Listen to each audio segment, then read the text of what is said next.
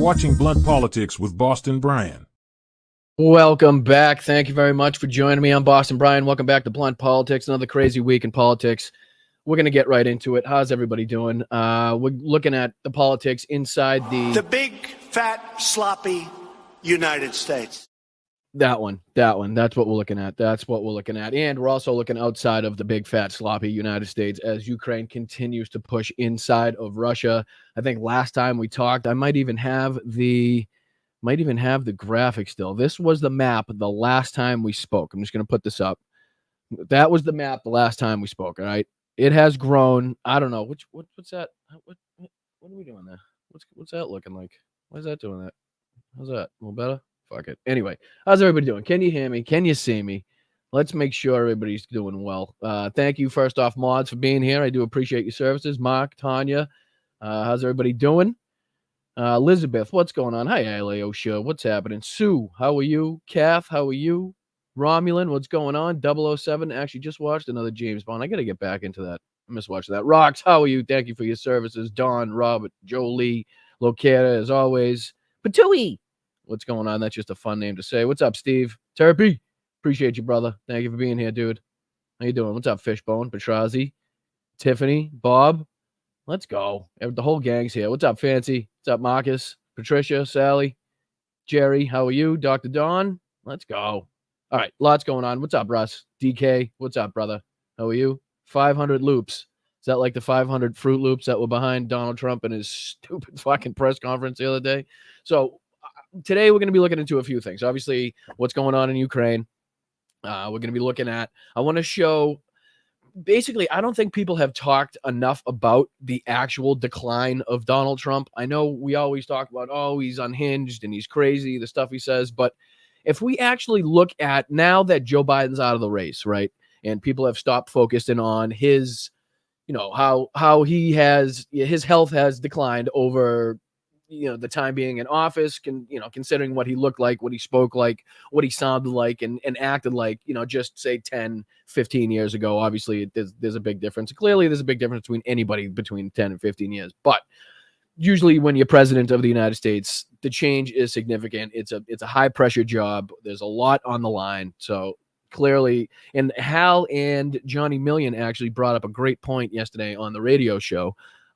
They were talking about how Donald Trump really didn't age as much as, say, Obama, Bush, Clinton, other presidents that have actually cared about the decisions that they're making and, basically worry about it at night, worry about the consequences of the decisions they make. And Donald Trump doesn't do that. So he didn't really have that whole, presidential age, let's say. But if you look back to just 2016 and what the man spoke like, what he looked like, his rhetoric, and then compare that to today, I think it's a significant difference. So I want to take a look at just one of the interviews he did with Jake Tapper, I believe in 2016.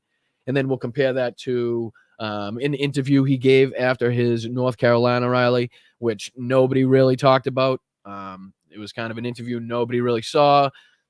A couple clips I saw, maybe I think Pac-Man covered one of the clips, but other than that, I didn't really see too many people talk about it. So we'll cover that. We'll also get into his ridiculous rally in Pennsylvania. And then again, like I said, we'll continue to follow the news going on in Ukraine because if I'm not mistaken, the last time we spoke, I believe they had 40 square kilometers under their possession.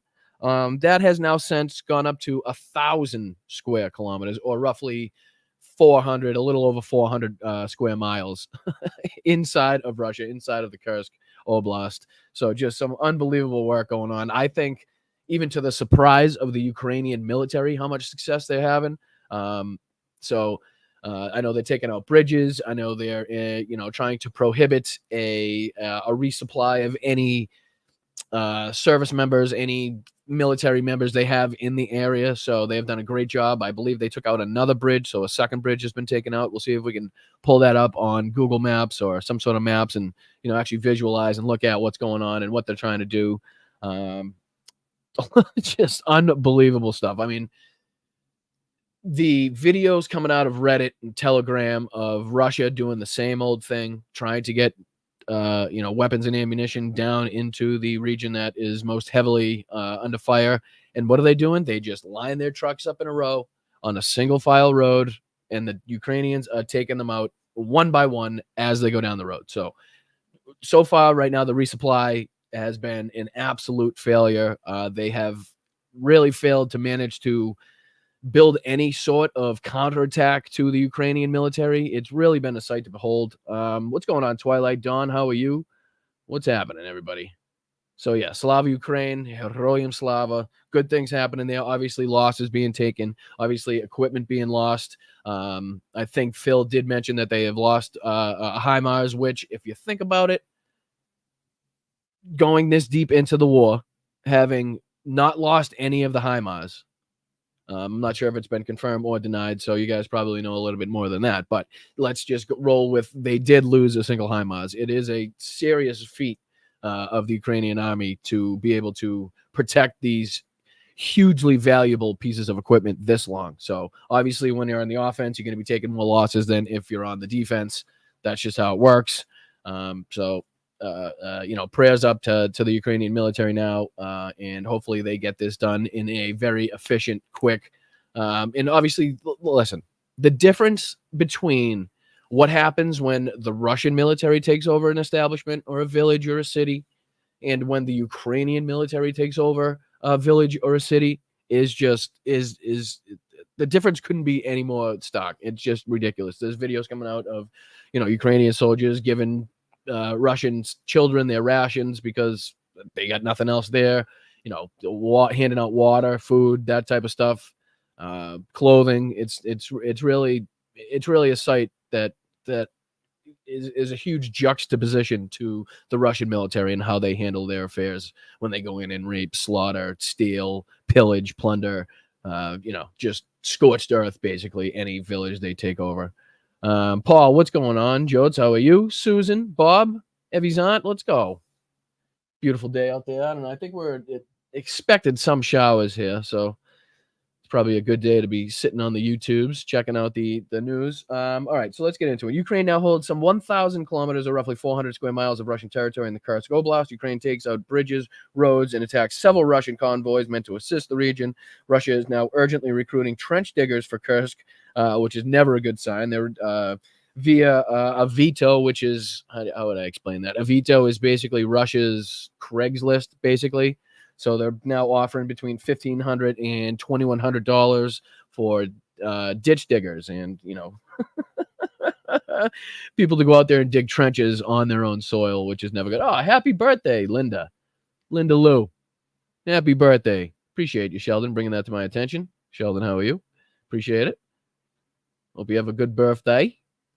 We'll sing it later. We'll get you a birthday song a little later, all right? I promise. We got to get a new one, too, because the one I got kind of sucks. Not going to lie to you. All right, anyway. What else we got?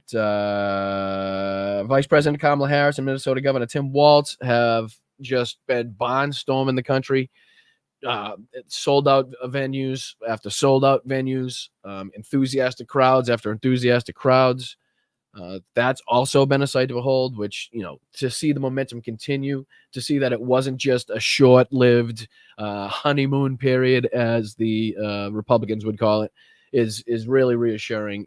But again, we can't get complacent, right? We can't get complacent. This race is still far too close. It is still far closer than it should be. Okay, so we still have to get out there. We still have to put the work in. We still have to get people registered to vote. We still have to be talking to our neighbors, our friends, our family, our coworkers, people we see on the street, people we see in the line at the grocery store. As awkward as it may be, that's what's going to make the difference. So one a day keeps the fascists away, I say. So if you can get at least one person that hasn't previously been registered or hasn't previously voted in an election, to get them to say yes, they will go out there. Just one a day keeps the fascists away, I say. I don't know. Maybe that's a T-shirt. We'll work on that. I think we'll work on that one. What's up, OG Adam? Appreciate your services, my friend. Let's go. John G. How are you? So, yeah, let's get right into it. I think we'll start with this because I think this is going to... Or should we do this? I don't know. I'm back and forth on what we should do. There's so much to talk about. Let's see here. let's get right into this asshole. I mean, presidential candidate. So check this out. Ooh, okay. I know I got to share it. I'm not. Believe me. Let me start it over. I'm gonna make this big. I'm gonna go back to here.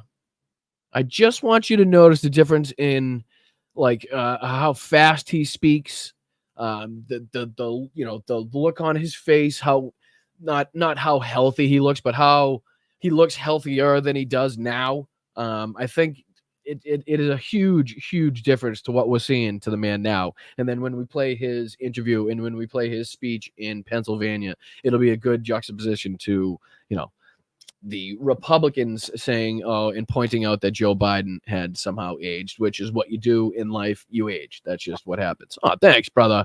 Appreciate the 5 gifted. Thank you so much. Everybody who gets one of those 5 gifted, if you could please thank the gentleman there, George. Is that, I think I asked before, is that South African?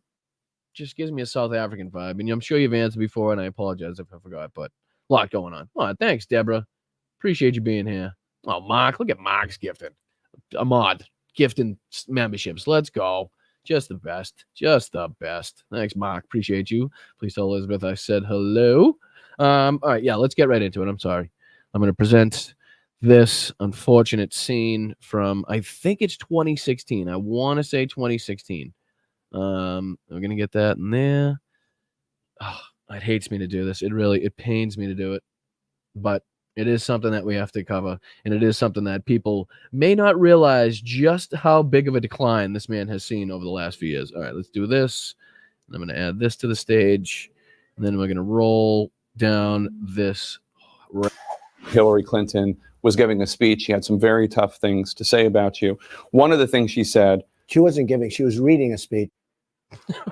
Right off the bat, it's a noticeable difference. Right off the bat, it's a noticeable difference. You know, right off the bat, you don't need a nunt warning, right? So no nunt alert there, to tell you the truth.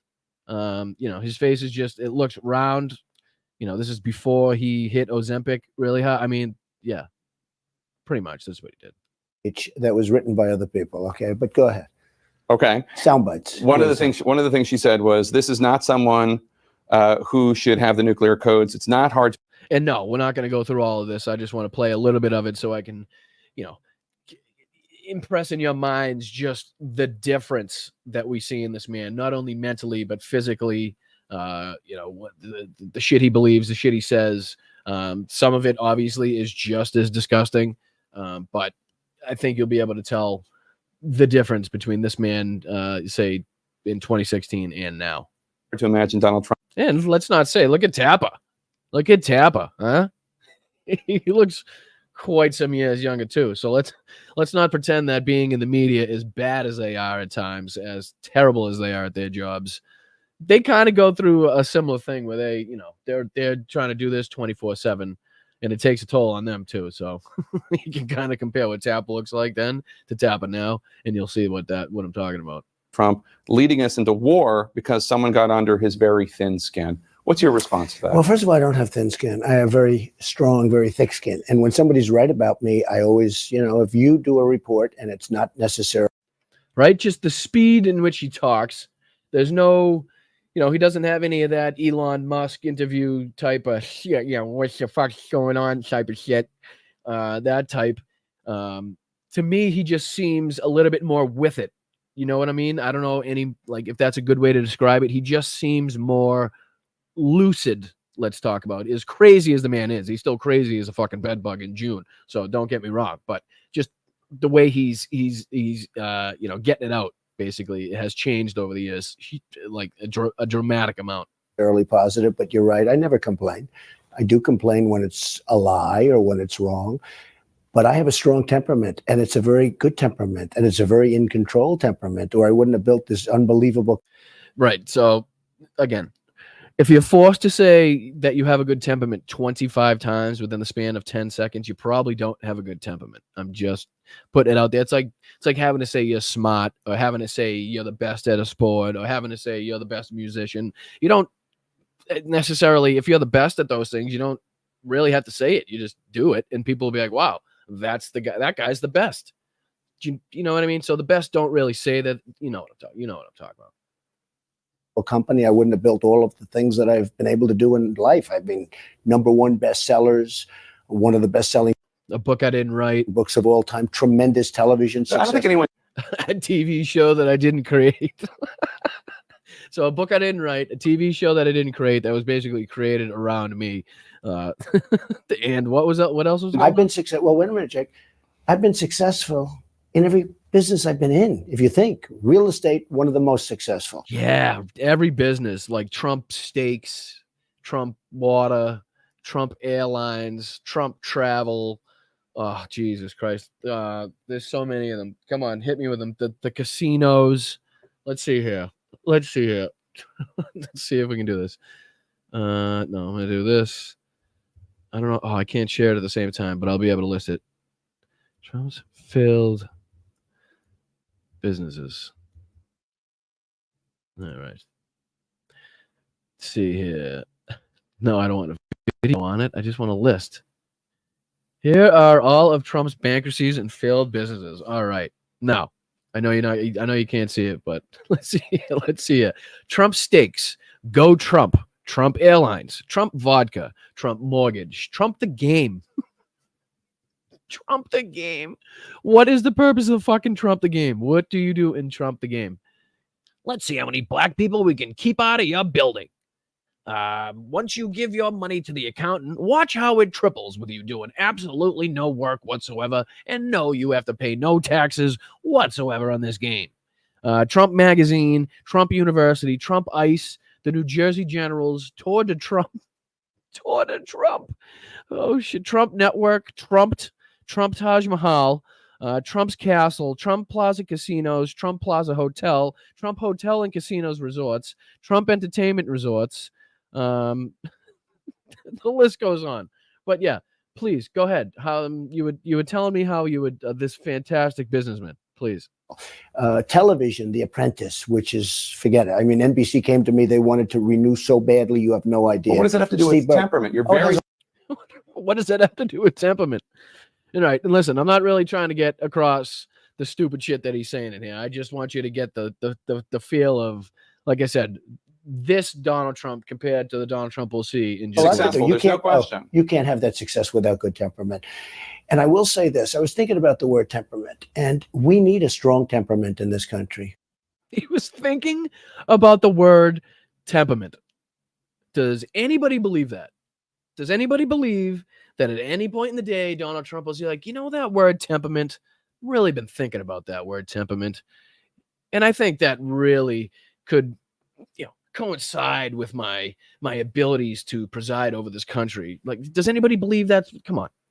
We have been led by weak people, weak, ineffective people. Countries have taken advantage of us, whether it's militarily or otherwise. We have been taken. This might even be earlier than, let me see, it might even say on it, this might even be earlier than 2016. Hold on, let me see. Make it smaller for a sec. This was June 3rd, 2016. That's when it was posted. So June 3rd, 2016. Presidential nominee Donald Trump doubled down on his criticism of Hillary Clinton and the judge presiding over the Trump University case. Oh, again, I think this is the interview where he goes after the judge just because he's Mexican or is a Mexican heritage. He's an American citizen of Mexican heritage. And I think that this is the interview where Donald Trump says that gives him ground to, remove him as the judge on the Trump University case. If I remember correctly, I might be wrong. Taken advantage of by everybody. We have people with weak temperaments. I have a very strong temperament, but I have a temperament that's totally under control. And, she mentions that I'll bring us into war. She's the one that wanted to go into Iraq. I mean, nothing conveys an even-keeled temperament like coming out and saying that basically Mexicans are all rapists and criminals. Like when you came down the escalator and said that. Remember that? I think that was that. This is obviously before that, but still, it's obviously something rattling around that fucking empty head of yours. She raised her hand. She didn't know what the hell she was doing. She raised her hand.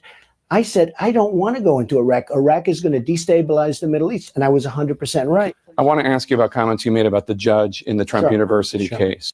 Yes, it is. Let's go. You said that you thought it was a conflict of interest that he was the judge because he's of Mexican heritage, even though he's from Indiana. Yeah. Hillary Clinton said This is where this is the definition of racism interview. that is a racist attack on a federal judge. Oh, I know. She's so wonderful. You know, I mean, here's a woman that should be put in jail for what she did. Okay, so let's as normal human beings with normal brains, let's break this down for a second. You've just been asked, right? If something that you said in the past and did in the past and are trying to do is basically racist, right? So what does Donald Trump do? Doesn't deny any of it. He goes straight at the person attacking him, right? Straight at the person that Jake Tapper said made these comments, basically. So this is the definition of the playbook given to him by what was his manager's name? Not his manager, but his little buddy there that he grew up with, Roy Cohn. Was it Roy Cohn? That asshole? I think it was him. So this is what he taught him to do. Doesn't matter how wrong you are. Doesn't matter how much you have no idea what you're talking about. You just go out there with confidence and attack. And that's basically what Donald Trump's doing here. With her emails, and she's commenting on But this. what about Let the me just tell you. substance of the- Let me just tell you. It's very simple. I have a case where thousands of people have taken this course, and thousands of people have said great reviews, great reviews. Fortunately, just about everybody that took the courses have signed a review, an evaluation. Which is exactly what do you have to pay? $20 million, I believe. Was it $20 million you had to pay in this lawsuit? They call it. And it's gotten tremendous marks. Thousands. I don't mean like two people. I mean thousands of Right. people. Okay. I have a situation where the woman that brought the case. She was the plaintiff. That's how it works. She was deposed. She was found to be a disaster for them as a witness because she gave an evaluation that was like the best evaluation you've ever heard. Wait just 1 second. Okay. And she did a tape like from your camera saying that this school was fantastic. It was fantastic. They went to the judge. 25 million. Thanks, guys. Yep. Cruising for a Blues and John from Vegas. Appreciate you guys. 25 million. So again, we all know this. This is what we know. I'm not trying to dive deep into basically the like I said, the rhetoric of what he's saying. This part actually is something we could dive into because it's just straight racism, which again hasn't changed, won't change. And as Donald Trump tells you, what politicians say at the beginning, and again, this isn't necessarily true, but in the brain of Donald Trump, what they believe in the beginning is what they'll always go back to. What's up, Slacks? Appreciate you, brother. Hold on, let me catch you. Much love to you and Mel. Much love to all my fellow Bryantologists. Let's go. Appreciate you, Slacks. Talking a lot of, if you're interested, it's hard to say, not interested, but, if you back Ukraine in any way on any level whatsoever right now, you must be extremely happy at the change. Like, this is one of the most, how do you describe it actually? Like, this is one of the most momentous changes in a conflict, in a war that I've seen in a long, like in any of the wars that I've covered or studied or read books or documentaries on. I can't remember a turning point as sharp as what we're seeing now. And again, this is by no means finished. This is by no means guaranteed. Things could change on a dime again, but as of right now, the considerable change in what's going on in Ukraine has just been astonishing. It really has been astonishing. But hey, Petrazi, thank you. Happy Sunday to you. People are opening their eyes. I hope so. I've seen a lot of polls, and I'm not a huge poll guy. I don't really like the way that they're carried out anymore. But again, I don't think you can't totally dismiss the polls at all. So it's one of those things where you kind of have to walk a fine line in polls. But anyways, what I'm saying is it seems to be that women in this country are flocking to the Democrats. It seems to be that women are once again going to carry this country. Once again going to do their part. Once again going to go above and beyond to make sure that this country does not fall into the hands of Donald Trump, which is a great thing to see.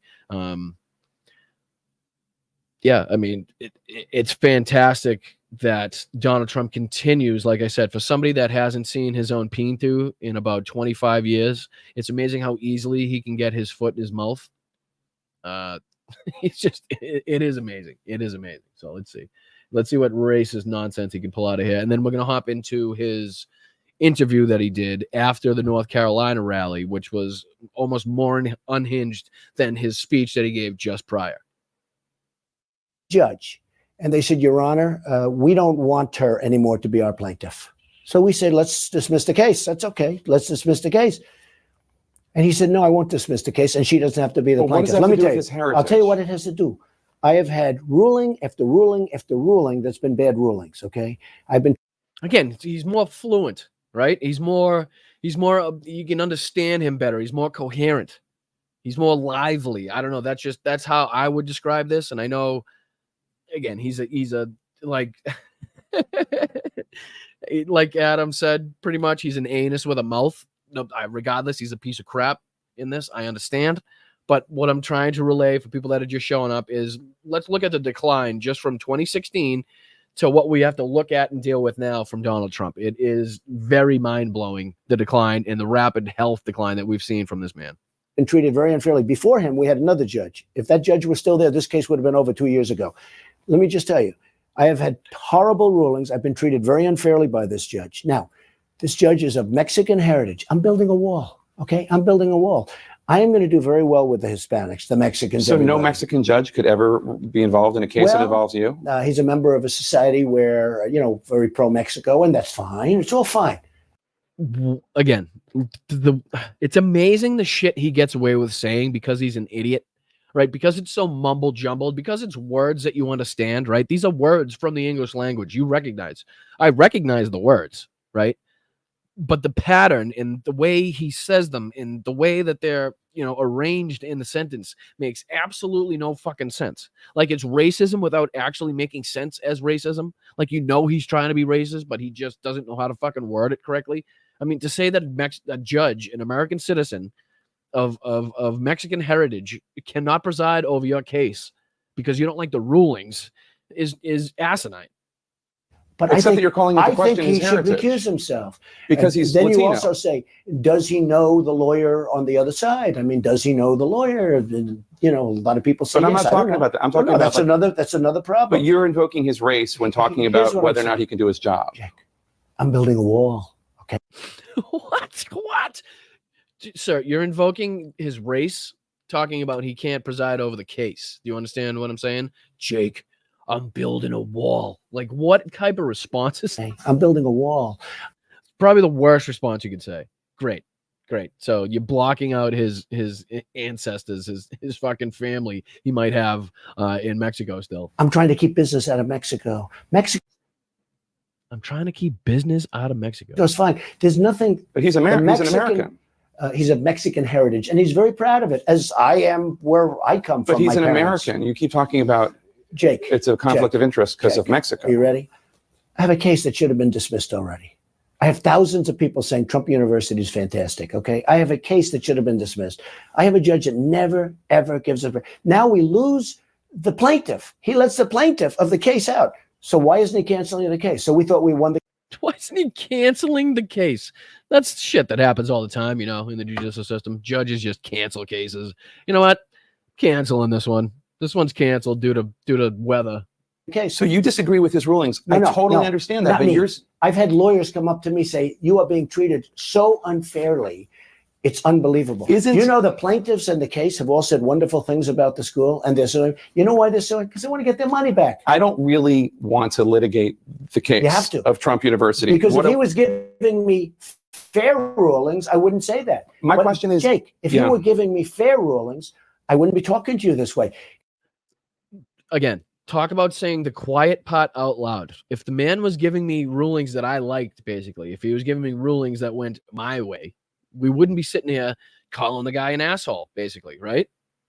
He somehow manages, because he's such a moron. He's so stupid that he manages to get away with this bullshit. And people just sit there like, I don't even how do you combat this? It's almost like, what do you say to that? He's giving me horrible rulings. I don't care if you criticize him. That's fine. You can criticize every decision. What I'm saying is, if you invoke his race as a reason why he can't do his job. I think that's why he's doing it. But his race is why he's doing it.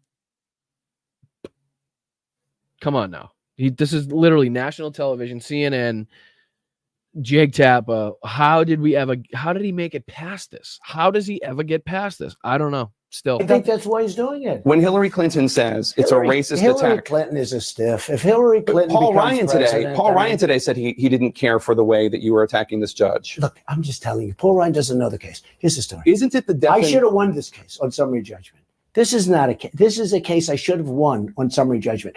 Do you know the law firm paid Hillary Clinton hundreds of thousands of dollars to make speeches? Do you know the law firm? I do. We've reported. We've reported it on my show. Okay, in good. fact. Well, I'm glad you're the only one.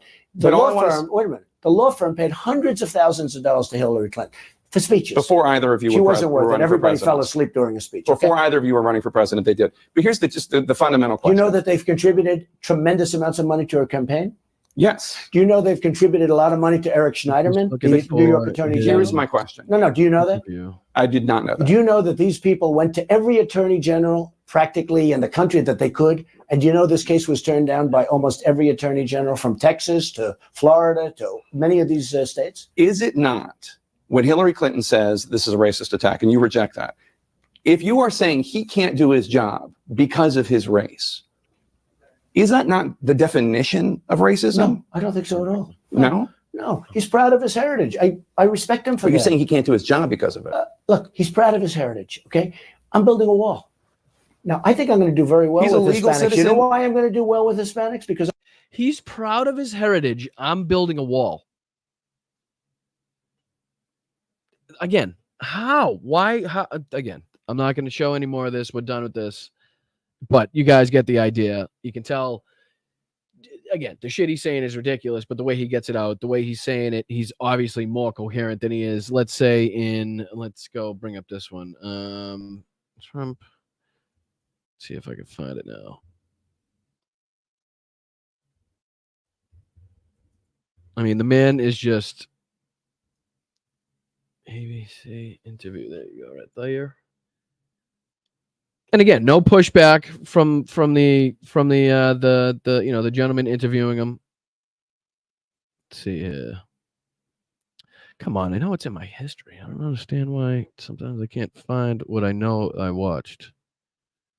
So let's scroll through. Yep. Seeing that one. This was Pennsylvania, so it wasn't that one. It was after his North Carolina. Where was he? It's got to be in here somewhere. This is his. Nope, that's Pennsylvania again. Bear with me. This is his. Nope, that ain't it either. I'll find it. It's in here somewhere. Can't be that far. You know what happens is I fall asleep with the goddamn friggin' YouTube playing, and it plays so many videos after video after video after, and none of them are what I want to watch. Okay, so it's got to be right here. Come on, baby. Man, no way it could be this far back. I don't even know when these are.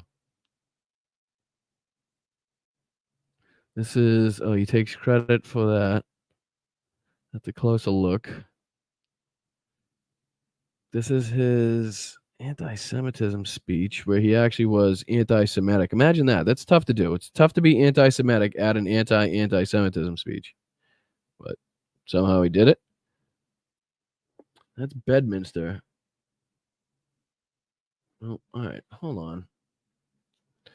North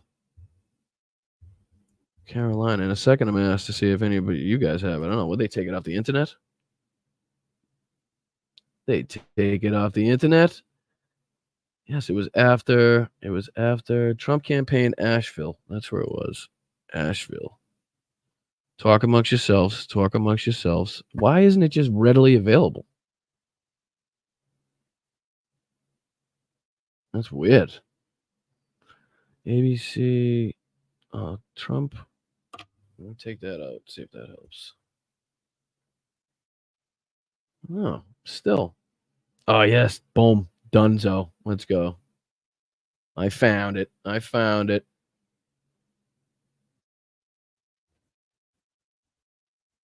Considered an intimate policy discussion. Do you see yourself doing more of these types of events as compared to rallies. Well, it's thousands of people in a beautiful place, and you had a lot of thousands of people outside. So we'll do a combination of both. This was really on the economy. Let me set this up. So this is Trump with WLOS News 13 in Asheville, North Carolina. So this was after his rally.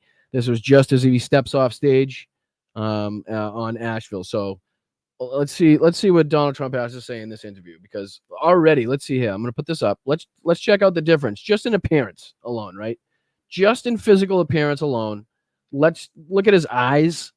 He looks like emaciated, basically. You know, it looks like he hasn't eaten. It looks like the hill is going down and not up anymore. Like he's hit the peak and he's now basically looking at the bottom. He's a bit crinkly, Patu. He's a bit crinkly. Correct. He's a bit crinkly. Hey, Bidet, what's up? How are you? Colleen, how are you? Lindsay, what's going on? Does he know he's losing? He does know he's losing. He doesn't know how to handle it. He still has not put his finger on. His campaign has not been able to put their finger on an attack, let's say, a political attack about policy or anything like that. They're kind of flailing in the wind. They have a few things that they say, but nothing is really stuck with their voters or with their base. So they don't know what to do. It has really thrown Donald Trump for a loop. It really has. It really has. You can tell this is really broken Donald Trump. Kamala Harris coming in, Joe Biden stepping down, being a woman of color, a black woman, half Indian, all of these things, it just unsettles Donald Trump to a point where he's kind of thrown off his game. He really is. So yeah, let's get into this and see what nonsense he's got to say after his speech in North Carolina. Largely end crime, but we enjoyed it. They enjoyed it. It's very important. The economy is the number one issue to voters, again, in a big way, especially that includes swing voters in very crucial swing states like North Carolina. They want specific economic policy promises. Specifically, what can you tell me what the average American household can save per month, per year under another Trump tax cut? Very specific question that should have a very specific answer, right? If he's up on his figures, if he's up on his facts and figures in statistics, and his campaign has a set plan, this should be a very easy answer. This should be something that should come off the top of the brain, and it should make sense, right? You shouldn't just be able to say a random number if it's obviously not going to be achievable. But let's see what he says. Well, they'll be per year, they'll be saving many thousands of dollars. The question is per month, right? If I'm not mistaken. Did he ask per month? Another Trump tax cut. Well, household can save per month, per month, year under all right, I'll give him a break. He did say per year. Another Trump tax cut. Well, they'll be per year, they'll be saving many thousands of dollars. Many thousands of dollars, more thousands than we've ever seen before. We've never seen thousands of dollars like this. We're going to bring energy prices down to a level that they haven't seen since.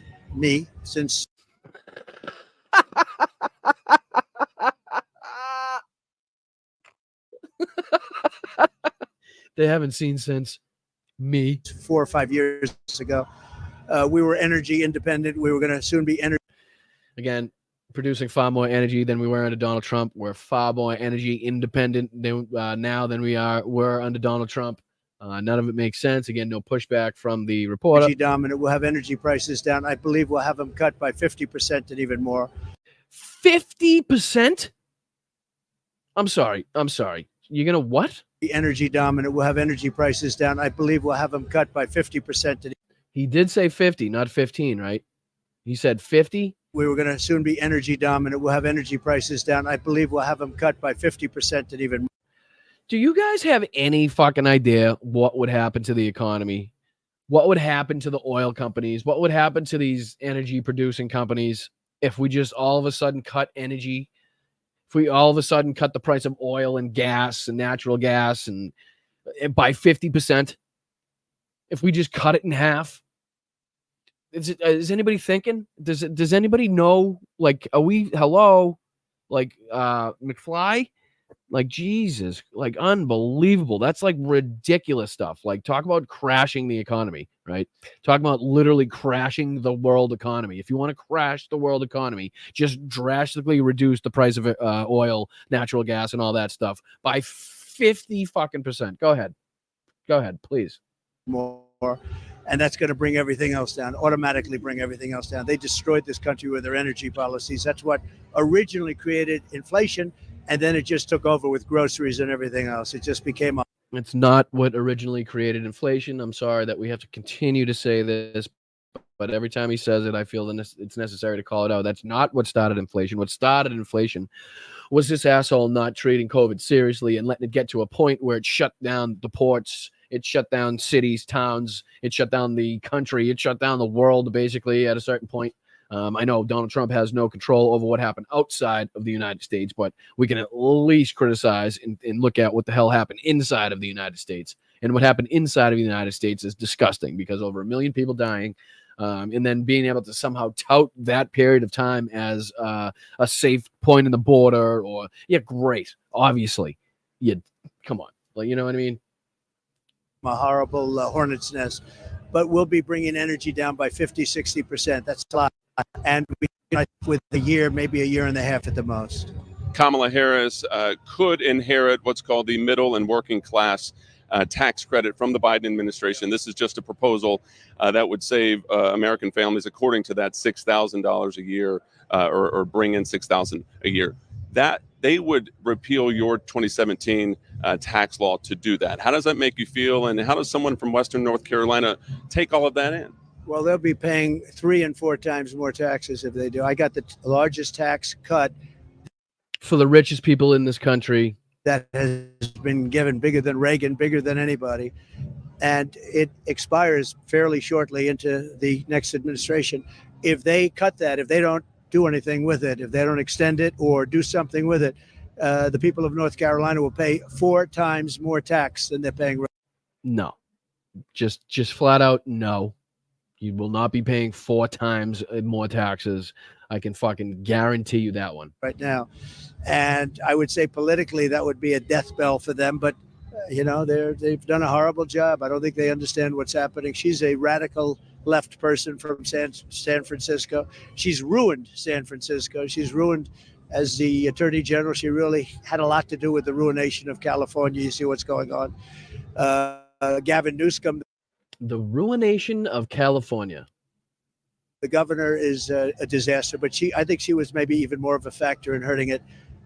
You take a look at San Francisco. 15 years ago, it was one of the best cities in the world, and today it's barely livable.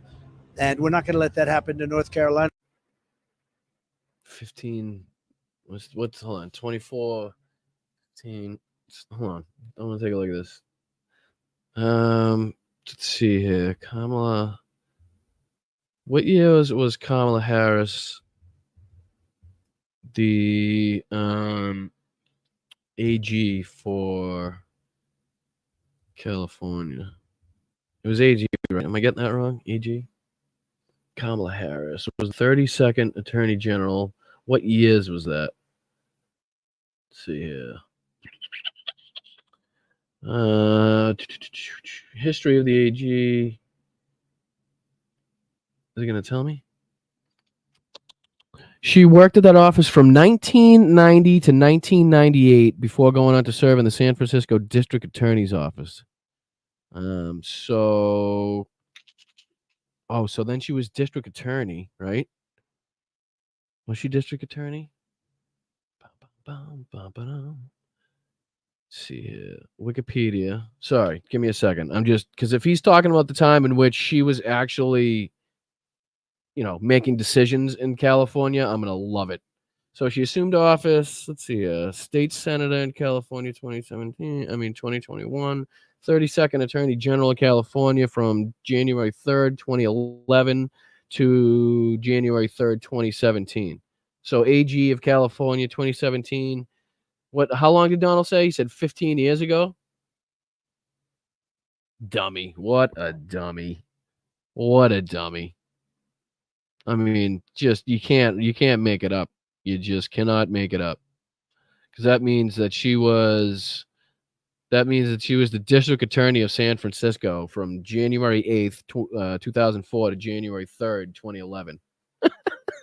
So she was he's talking about the time where she was district attorney or where she was attorney general of the of San Francisco and attorney general of California.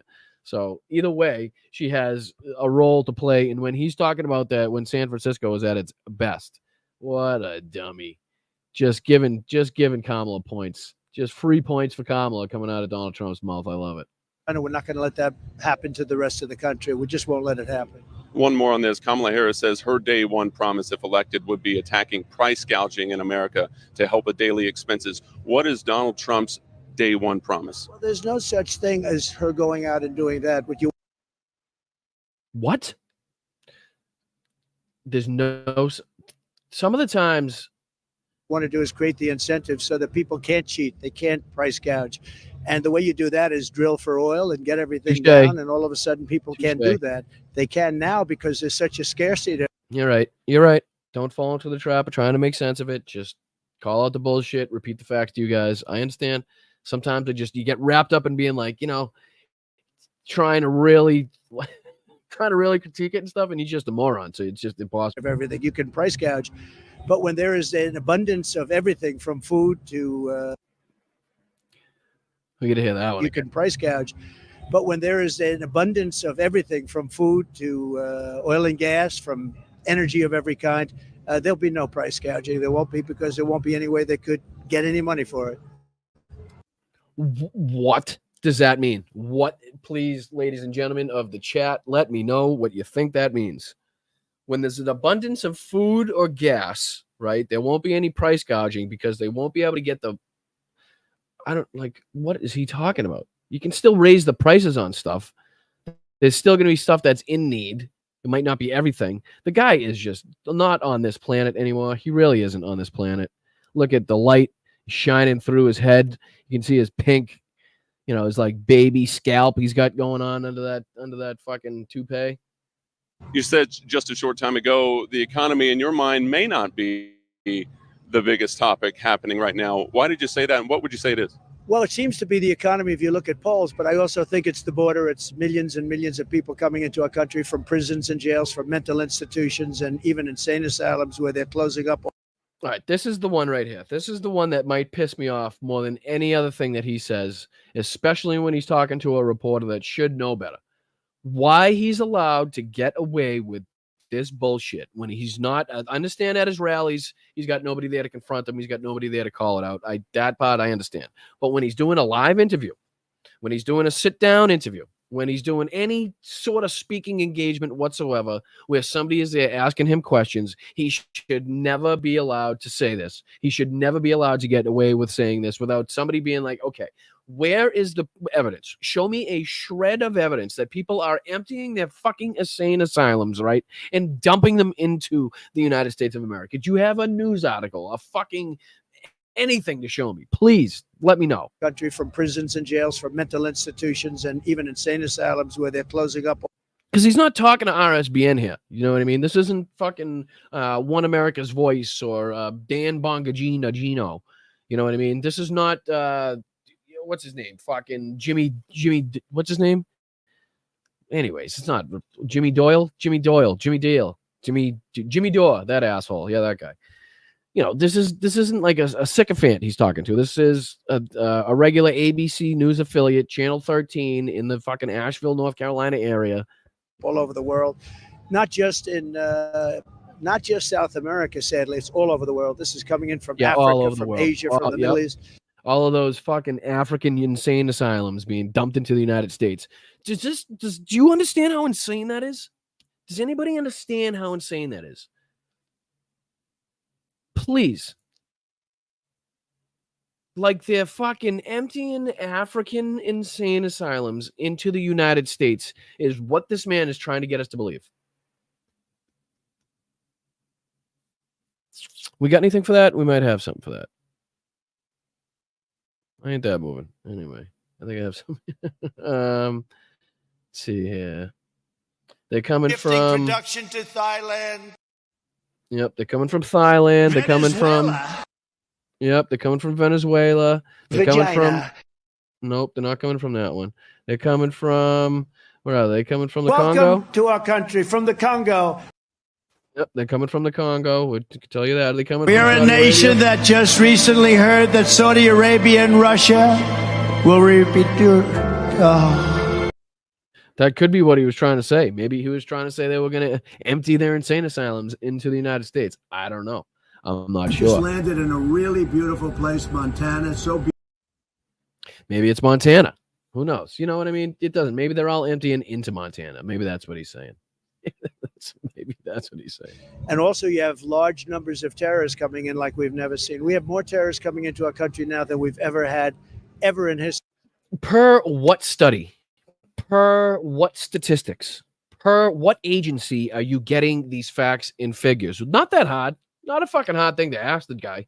Really not. It's not like you have to confront him. It's not like you have to be combative, really. Do you know what I mean? It's just, okay, sir, if you want to call him sir. I wouldn't. But, you know, where are you getting these fucking things that you're saying from again? And this is a bad thing. We have thousands of terrorists coming into our country, some really bad ones. And this is not a good thing. They're going to have to get out. We're taking them out. We're deporting every one of them. We're taking out the criminals. Again, they come in from jails or they come in from mental institutions. And if you look at the countries from where they come, their crime rate is way down. And we're looking, I'm looking at our cities. Migrant crime is through the roof, and it's violent crime with the knives and the guns. It's violent crime. With the knives and the guns. Very descriptive, sir. Appreciate that. And it's going to happen here, too. It's going to happen everywhere. One more, and I want to ask how you're doing after what happened a month ago. Western North Carolina is filled with beautiful farms, strawberries, watermelons, Christmas tree farms. It is relying. This is actually a good question for Donald Trump, because he's talking about deporting, mass deportations, build the wall, fucking getting everybody out of the country. But he's got to think about these rural areas that rely heavily rely upon immigrants as labor for their fields, for their corn, for their whatever, strawberries, whatever the fuck they may do, their cows, their horses. I mean, this country literally runs on the backs of immigrant labor. That's how this country is running. I mean, if you go to, let's say, where are they? Iowa, the pig farms. I mean, where they just turn over immigrants because they know if they treat them badly, if they can run them and pay them shit. That if they were, if these people were to to say anything, they could just get them in trouble. All they could do is call ICE or call immigration or whatever they call, whoever they want to call, INS, and they have the people removed and they just start over again. I mean, this is what these companies do, good or bad. Whether they treat them good or bad, that's just the reality of this country. And this is pretty much a good question. Let's see what Donald Trump has to say. On migrant workers. How do you balance strict border enforcement and make sure that these farmers are taken care of? Well, we want a lot of people to come in. We just want them to come in through a legal system. We want to make sure they're not murderers. They're not, drug dealers and all of the people that are pouring in right now. I think he stopped. He basically gave, what was it? He stopped the deportation on 300,000 Venezuelan migrants just before he left office. Is that what you're talking about, Jeremy? Yeah, I believe that might be what you percentage of the people that are coming in right now are major criminals coming out of jail. They're not letting their best people come in. They're taking people out of jails. They're emptying their jails into our country. They're emptying all of this into our country. When you look at Venezuela, where their crime is down 72%, it was Caracas, all these cities where you couldn't walk across the street, and now they're becoming actually safe cities. And they're not finished. They're getting all of their people from jails. They're dumping them into our country. So no, I want, and I fully understand your question, I want people to come in, but they have to be checked. They have to be vetted. We have to make sure they're going to love our country. Western North Carolina could be the key to winning the state of North Carolina. North Carolina could be the key to winning the entire election. What are your thoughts on winning? This is a state you won with under 50% of the vote in 2020. What are your thoughts on winning North Carolina? Well, we won it pretty well and pretty easily twice. We won, if you look at the primaries, we won them very easily too. Sometimes you'll have a lot of people running, a lot of people in there, but we won it quite easily. I think I'm helped by Laura Trump, who's, as you know, born here, named her child Carolina. So, Carolina is a very cute. You have to be joking. You have to be joking. Let's listen to the question one more time. The primaries, we were pretty well and under 50% of the vote. What are your thoughts on winning? This is a state you won with under 50%.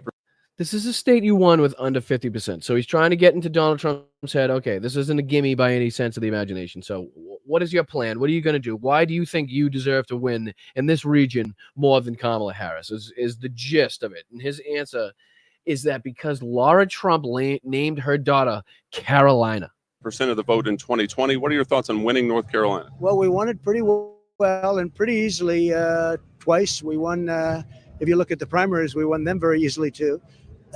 Sometimes you'll have a lot of people running, a lot of people in there, but we won them quite easily.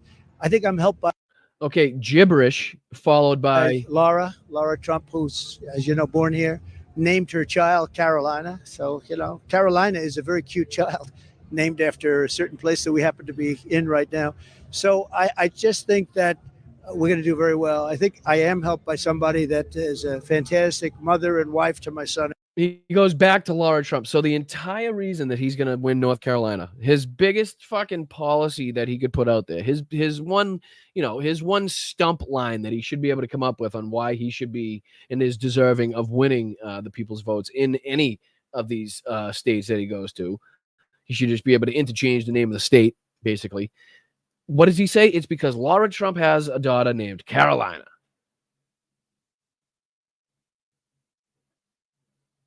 I wish I had the sound when my eyes blink, like the cartoons, where it's like bing, bing, bing, bing, bing, like that.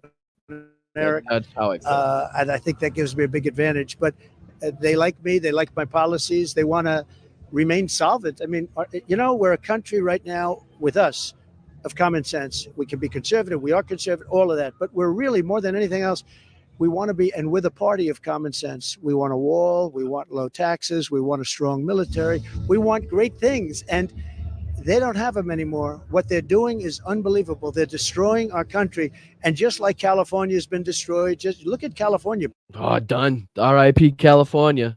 Woo! Mel, are you okay? I can't even say it with a straight face. California is one of the biggest economies on the fucking planet, right? As a separate entity, it would still be one of the most powerful countries on earth. Oh, God. People are leaving California. They're moving out of California, just like San Francisco, where she was, is just absolutely a disaster. Oh, it's a ghost town. Nobody there. Nobody there. If you go there, you won't ever see probably some of the leading technology in the country, in the world. You won't see driverless vehicles and fucking robots delivering food and shit. It's just empty. Nothing there but the robots, actually. We're not going to let them do that to our country. We're a party of common sense. Last question, Mr. President. 1 month ago, an attempted assassin tried to take your life. How are you feeling right now so the voters know? What are your thoughts about that? Hold on. Well, it was a terrible thing. It was a Hold on. Trucker John, I saw your video of Kamala Harris's rally in Vegas. Got what? A couple 100,000 views? That was amazing. Congratulations. I saw that. Popped up on my feed, and I was like, holy sugar, I know that guy. I know that guy. And it had a sugar ton of views. So congratulations. That was awesome. That was awesome. And it's good for people. Like I said, when Donald Trump comes out with these AI fucking, you know, trying to say that Kamala Harris is using AI, when you actually have people that you know with videos that were actually there and can show you from start to beginning, no edits, no cuts, no anything like that, this is what the hell was going on, then yes, that's, you know, that makes it a lot more easy to, you know, debunk anything that Donald Trump has to say. Give me a second. I got to restart on Instagram because that's not a huge pain in the ass every time. Why they only make so you can go live for an hour, I'll never know. I just, who goes live for an hour? I don't understand. No, that's not what I did. What happened? I clicked the wrong button. I want to go to this, and then I want to go to this. They just make it, it's just stupid. So I could do that. If I'm on for 3 or 4 hours, I got to do it 3 or 4 times during the broadcast. That's ridiculous. Who thinks of these things? Hello, Instagram, wake up there. Fucking stop surfing on your little surfboard, Marky Mark. Start fucking making this so I can do it a little easier. Stream key. You got to paste a stream key in there. Save changes. Let's see if that worked. All right, we're back up on Instagram. I don't even know if anybody's watching on Instagram. I don't know. I get OCD, and if something's down, I want to put it back up. Yo, Mark, what's going on? All right, let's continue with this asshole. It's amazing. God was watching over me because it was a miracle. Oh, here we go. We have just entered into the. Remember when Donald Trump said, "I'm only going to talk about this once because it's too painful." Remember at the RNC convention where he had the big fucking Mike Pillow ear pad on his ear and just, we got up on stage and said he was only going to talk about this once. He's going to get it out of the way and we'll never speak of it again. And what's he done? He's spoken of it at every single speaking engagement at multiple times since. If I didn't turn a certain way at a certain time, it was, no chance. And it's very much a miracle. For those that don't believe in God, I think you'll start believing in God when you see that. A lot of people have actually felt that. It was a very terrible day. A lot was learned. We lost a great person in Corey. We have two other people. Corey who? What was his last name? That were very badly hurt, weren't really expected to live, and they are living, and they're going to be okay. Compatory. I just want to make sure that I know. I don't think he remembers. They're going to be fine. Well, pretty fine, I think, in one case, and absolutely fine in the other. But pretty fine. It was a terrible day. To me, it was just a terrible moment. Obviously, from my standpoint, it was a very dangerous moment. But the way the crowd came together, when bullets are shot in a stadium. So basically what he does is he gives a mini stump speech back stage to the news. But what I'm trying to show is the lack of pushback, and I don't know what the reporter's views are or what the station normally views, how they put the spin on it or whatever, if they're unbiased and they're right down the middle. I don't know. But to me, it seems like it would be pretty fucking easy to call out Donald Trump. Just tell him that doesn't make sense, right? You don't even have to ask him to produce anything. You should be like, well, sir, I've been in the game a long time. It doesn't really sound like something that other countries would do. I've never really heard of other countries busing or flying insane asylum fucking patients into another country. It's just not something I've heard of. Do you have any further evidence of that, or anything you could show us, that type of thing? We had tremendous thousands and thousands of people there. You saw the people in the back, but there were thousands of people, and nobody ran. They say when a bullet goes off in the stadium atmosphere, everybody stampedes. They call it stampedes, and the bullets went off. A lot of them, 8 of them went off, and then you had the sniper, our Secret Service sniper, with one bullet, found him and shot him. Yeah, he found the big guy on the roof with the gun. He did find him. That's woof. There was a lot of bravery displayed. A lot of things happened, but they're going to have to learn something. They're going, and I'm sure they have. But it was an interesting moment. It was a terrible moment, I think, for our country. But right, stampedes. That's exactly what Ukraine's doing into Russia right now. Stampeding into Russia. Another way, we learned a lot. It was I think you learned a lot about God, if you want to know the truth. Yeah, right, correct. I did see that the Project 2025 videos were leaked out there. Actually, I did hear Hal mention that he was going to do some basically separate videos on those, so that'll be good to see. If he doesn't get to all of them, maybe I'll cover what he doesn't get to. I'm not sure how many of them there are, or how many of them will be relevant to what we're talking about, or worth calling out. But it's still good to keep people updated and informed and let them know exactly what is going on with Project 2025. I mean, some of the videos that I've seen are just, exactly what you would expect. Just people that believe nonsense, basically creating an instructional video telling you how to believe nonsense is what it is. Truth, I really believe that, because it was an instant of a second that it had to be, out of all the time that we're talking about. The one moment where I was in a certain position was just a fraction of a second. So I look up, I say, thank you, God. No, you didn't. You said, let me get my shoes. I didn't hear anything about God. Did you guys hear anything about God? Did you guys hear anything about God in that? Because the mic was hot. We had a hot mic that whole time, so we could hear what they were saying. What I heard was, let me get my shoes. Let me get my shoes. Wait. Let me get my shoes. Wait. Let me fucking do a fist pump. Wait. Hold on. We're in the line of fire, but let's stay in the line of fire a little bit longer so I can get my shoes and put my fist up. That's what I heard. I didn't hear anything about the Lord or God or "Ooh, thank God" or anything like that. I didn't hear nothing. You guys? Me neither. No. Thank you, Mr. Trump. Thank you very much. All right. All right, so that's that. That is the ridiculous nonsense that the not mainstream media but local media lets him get away with. Why it's still a thing where he gets away with saying insane asylums are being emptied and prisons and mental institutions. It's just beyond me. I don't know. Again, he's said it so many times now that it just becomes part of it. It almost becomes not believed but accepted for him to say. Do you know what I mean? Like people don't actually believe it, but they accept that he says it. When in reality, we should be calling it out and not allowing him to say it in the first place. Just my view. I don't know. All right, let's move on to let's see here. Let's check in with Ukraine. Let's check in with Ukraine. Let's see if we can get some. This was an hour ago, 57 minutes ago, 27 minutes ago. Let's check out what Zelensky had to say. See if I can share this tab instead. Zelensky says Ukraine getting stronger in Kursk as his troops blow up second bridge.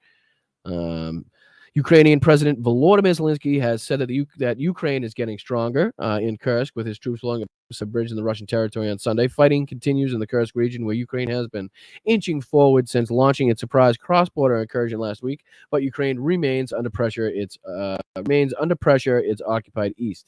That doesn't make any sense. But Ukraine remains under pressure. Its occupied east. I'm gonna assume they meant in its occupied east. The Kursk offensive has left Russia struggling to shore up its own territory. Kyiv seems to have multiple goals with the assault, from boosting morale after a torrid few months that have stretching Russia's resources. Ukrainian presidential aide said the incursion aimed at ensuing a, quote, fair negotiation process. So basically using the territory they get to, enhance their negotiation capabilities. The foothold of Kyiv's presence in Kursk is getting stronger, and now we are reinforcing our position, like he said in the latest address.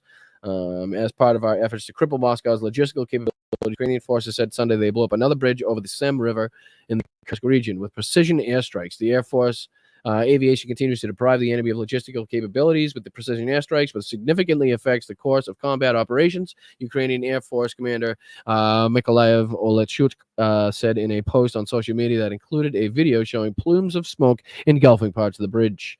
Look at that. So Ukrainian soldier stands near a used shell cartridges as he patrols an area in the Ukraine Donetsk region. That is a boatload of shells. Anyways, it comes 2 days after Ukrainian forces destroyed another bridge over the Sem. Russia's foreign ministry said Ukraine had used Western rockets to carry out that attack, which were likely U.S.-made HIMARS.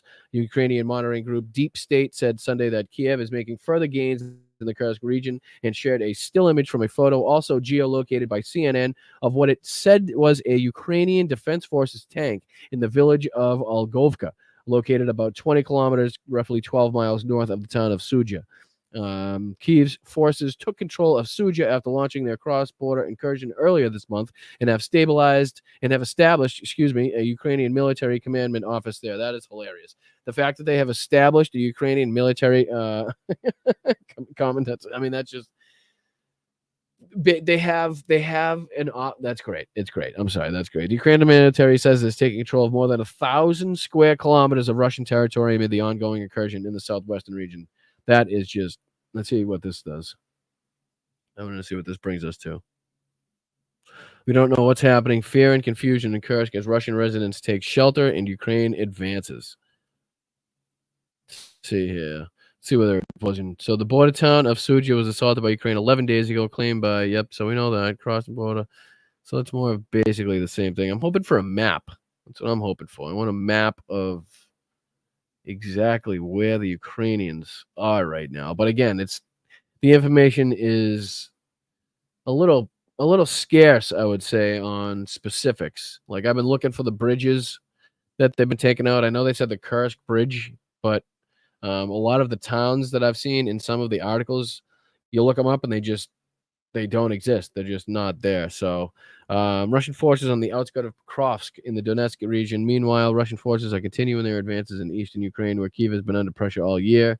All right, so we'll go back to the other one. Kyiv forces, there you go, right here. On Sunday, Ukrainian armed forces published a video of what they said were Silvavka flamethrower systems engaged in active combat operations in the Kursk direction. Russia has urged residents to evacuate areas where heavy fighting is underway. The head of the Kursk region's Koronevsky district, Marina Degtyareva, Marina Degtyareva, all right, I'll get there, appealed to residents who have left the area not to return. Imagine that, leaving your house with people telling you never to return. The operational situation on the territory of our district remains complicated. Some citizens are not giving up their attempts to return home, thus hindering the work of our military, she said on Sunday. Returning to the area so far is impossible for local residents and sometimes results in terrible tragedies. I appeal to all residents of the Koronevsky districts. Let's be patient. Let our military deal with the enemy. Let's not interfere with the defenders, Degtyareva said, adding with authorities would let residents know when it is safe to return. Again, just incredible work going on. Let's see if I can take it to this. I don't know if this is going to be a better map to show or if the other one is going to be a better map to show, but I just kind of want to take a look at the region. Let's see here. Ukrainian 36 separate Marines Brigade have control over Apanasivska village over Kursk. Let's see if we click on that one, what it does.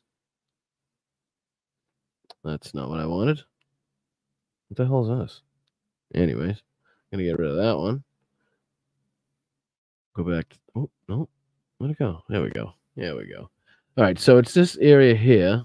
Hopefully you can see this. Let me make sure. Kursk, you can see, is this the city here. All you can see is the fighting here. Dying to see what bridges they took out. But let's see if they can figure out what this one is. Russian Ministry of Defense reports repelling Ukrainian attacks. Now I'm looking at choose. Not what I want. What's going on? Close. Can I just not look at ads, please? Why is it all ads? There we go.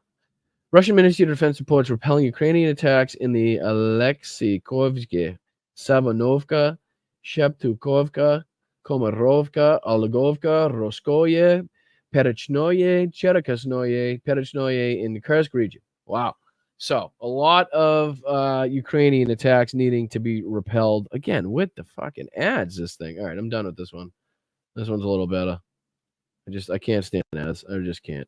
So I was looking for a bridge that might make sense for the Ukrainians to take out, right? So if I zoom out, I'm going to keep the mouse here. If I zoom out in this little map, we can look at where Kursk is. God damn it. Kursk is... No, it's being... Oh, here's Ksumi. So Kursk is right here. Boom. There it is. So I want to look at basically where the Ukrainians would be striking. So obviously this main route here, I think it's E105, goes straight up to Moscow. So this, oh, it's too much right here. This one will go straight up to Moscow. So anything coming from Moscow, this area right here, you want to be able to cut off the region. So if we can travel in here, and if I can find the Sumy River, I'm dying to figure out. Of course, I had it before. It's Vorozhnevno. It's just hard because every time I look up a bridge, doesn't really tell me a lot about where it is, which I guess is, operational control, OPSEC. I understand. But it just makes it really difficult to cover. I had it before. Where'd I pin it? All right, I'll go out. Here's my pin. But that's too far south. It's too far south. Here's Reka Sim. So this is the river that we're looking for here. This is the river that the bridges were crossing. So if we follow this all the way up, here's one bridge I see here. Clear up. But again, no name. I don't know what that says in Russian. I don't know how to read Russian quite yet. That's one bridge. If we follow the river along, another bridge here we could be taking out. There's a ton of bridges, and I'm just not 100% sure. There's another one we could be taking out. Which ones would be best for them to actively and effectively cut off, resupply from, Moscow and other regions around Kursk. So here's Kursk, obviously. Moscow is up here. Here's Perechnovye. I don't know. It seems like they only have that one route. Oriol here. Here's the E105 down to Kursk. They don't really have many routes. E38 comes out of. All right, I'm getting too into it. Anyways, they're taking up a shitload of territory. They have been absolutely killing it, and they've taken out 2 bridges. I think they're kind of keeping it to the. I want to say they're keeping it a little bit to their chest exactly what's going on. Oh, you can't see the map? Oh, Jesus Christ. It said it was showing it. It says oh, you can't see it because I'm not showing it. I gotcha. All right. So that's what I was looking at. That's what I was looking at. Let me get rid of this. Make it a little bigger. We'll do Popovka, which is here. Sorry. I apologize. This is the river system. Now that you can see it. Hey, I'll even make it bigger. I apologize. That's my fault. I apologize. Thank you for sticking with me. So I just wanted to show you the river and basically the amount of bridges that we could be taking out. So now we're doing Popovka. Let's go. So this is the river, the Sim River that we're talking about. Follow it up. And basically, I'm just looking for any bridges. This obviously is a bridge that we could have been taking out. This is the E38 that we were just talking about that would go straight to the east. So anything coming in from the east would come in on the E38 here. So this looks like a bridge that would be right for taking out. Probably go straight into Kursk. If we follow this map up here a little bit, we can see there's another bridge here. I mean, there's several bridges. Obviously, I would probably decide to take one out in the north.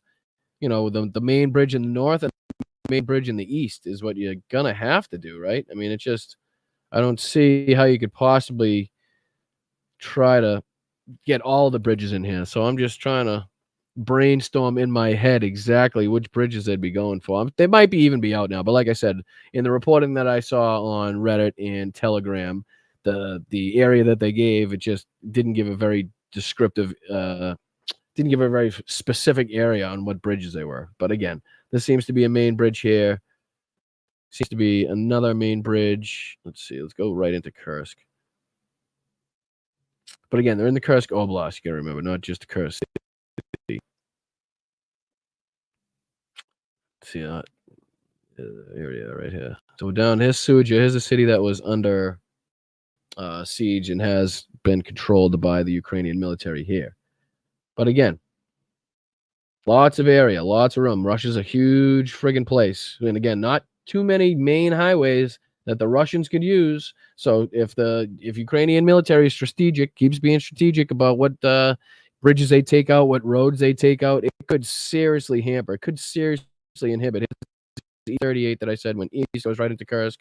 E105 goes right through Kursk, goes straight up to Moscow, and then you get the E38 continuing straight to basically where the Ukrainian military now has control of. Here's Suja.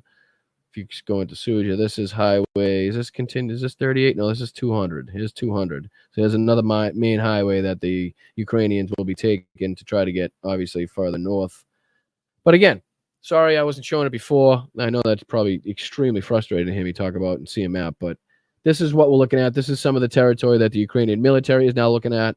A lot of bridges that they have to contend with over the Sem River. But let's go. What are they going to do? What are they going to do? The Russians, I mean, their tactics don't change. They obviously were under defended. They obviously didn't have enough people or security in that area. They have citizens.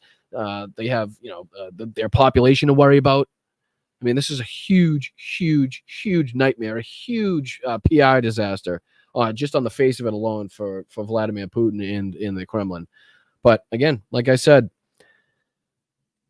Slav Ukraine, keep going. This is what I want. This is what we're looking for. We want this war to turn in our favor, and it has done so. And hopefully it continues. Hopefully they start to come out with some sort of strategy if they haven't already. I know they're not going to come out and tell us their strategy, but I hope they have some sort of goal in mind where they're going to, I don't know, not stop, but clearly I don't think the Ukrainian military has the resources, let's say, to take over and hold and control a huge swath of Russian territory, talking 3, 4, 5 times bigger than what they already hold. So there has to be a point in which they have to have a certain strategy in mind and where they might stop and hold and that type of stuff. Brian, are you going to be at the convention this week? No, I shall not be at the convention this week. Negative. And it's in Chicago, right? No, maybe one year, maybe some year I'll get an invite, but not this year.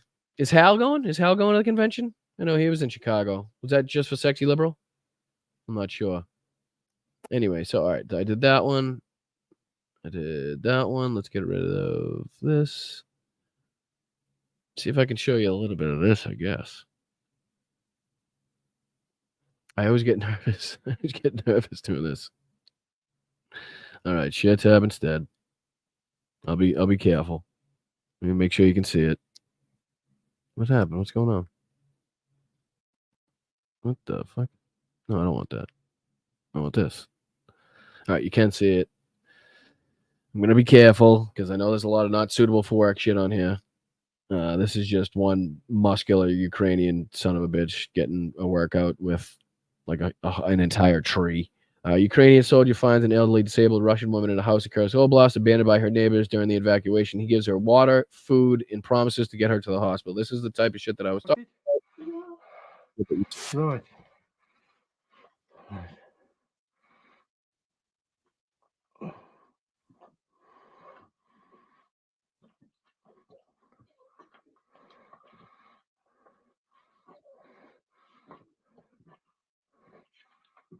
This is how Russia treats its citizens. Right here. Это кто? Семья так оставила? Бабуль. Да, много сначала не пейте. Не, много сразу не пейте. Говорю, семья так оставила?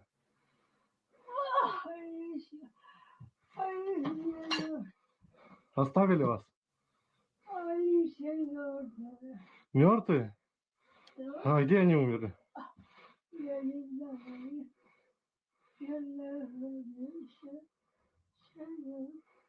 Я вам водичку оставлю. Хорошо? Вот, я вот здесь оставлю. Вот. За вами придут, хорошо? Придут, наши придут. Our guys will come for you.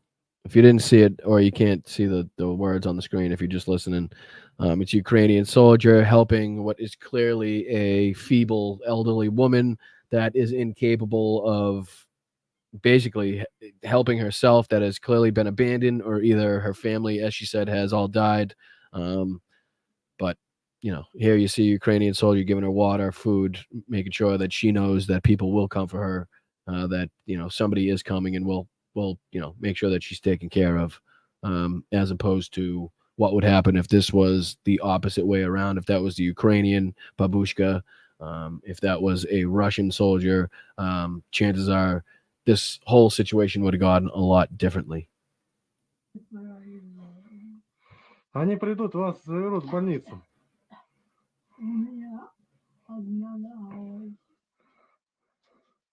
Пауль, вас заберут в больницу, не переживайте. Мы не русские. Бросать не будем. He says, I'm not Russian. She says, I'm Russian. А? Но мы не русские, мы бросать не будем. Как вас бросили, ваши соотечественники. We're not Russian. We won't leave you like your compatriots leave you. You can almost feel that he's upset by this, he's pissed off, right? Like he wants her to know, listen, I'm not a scumbag. I'm not a low-life piece of shit that would just leave you in this situation without helping you. And God knows her situation, if she even had somebody that could have helped her. But when in a neighborly situation, I can tell you right now, if there was a situation, a war, I would absolutely make sure, and I know the people that live around me would make sure that the houses are cleared and the people that are inside them, that were living in those houses, were safe before they just abandoned the situation. Сейчас будет помощь. But just nice to see a Ukrainian soldier doing the right thing, not take advantage of the overwhelming, obviously, superiority in the situation that he has. But a lot of those videos coming out, a lot of them. And this is the juxtaposition. So this is Russian Chechens looting store in Glushovko in the Kursk region. So they're trying to break in, obviously, or they're trying to break out. They're probably trapped inside the store, like one of those fucking idiot videos. Like the people that they rush in, the guy just presses one button, the door's locked, they can't get out, cops come, they're done. But let's see here. Ukrainian soldier talks to locals in Suja. Let's see what he has to say.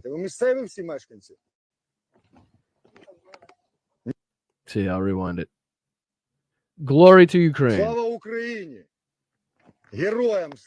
You should answer glory to heroes. Are you all locals? We don't understand. Don't you understand our language or what? Somebody says no. I understand. We understand you perfectly. Is everything okay? Do you have enough of everything? He asks, is anybody mistreating you? Vitalik was here. I don't know who Vitalik is. Nobody mistreats you? Do you have enough of everything? Twice he's asked, making sure they have. You can see the water the guy has in the background. As far as I've seen, they have water trucks going around. People have been filling up at the water trucks. Assuming the pipes and the water systems in the area are just not working. So that's why they all have bottled water. Who knows if they ever worked? I don't know. A lot of Russia just is not up to 2024 standards. Let's say is an understatement. Are you glad to see Ukrainians or not? You treat us well. Compared to your soldiers entering Bucha and Irpin, Kyiv region, I want to tell you.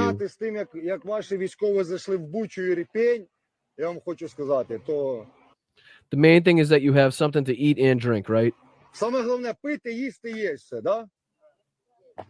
Yes, we have. So clearly they understand what he's saying. I mean, the languages aren't far off. They clearly understand what he's saying.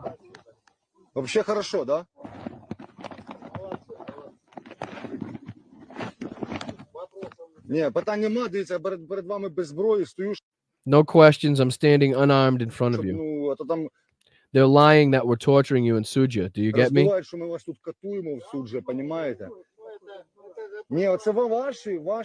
No, it's your news claiming that we're killing you here.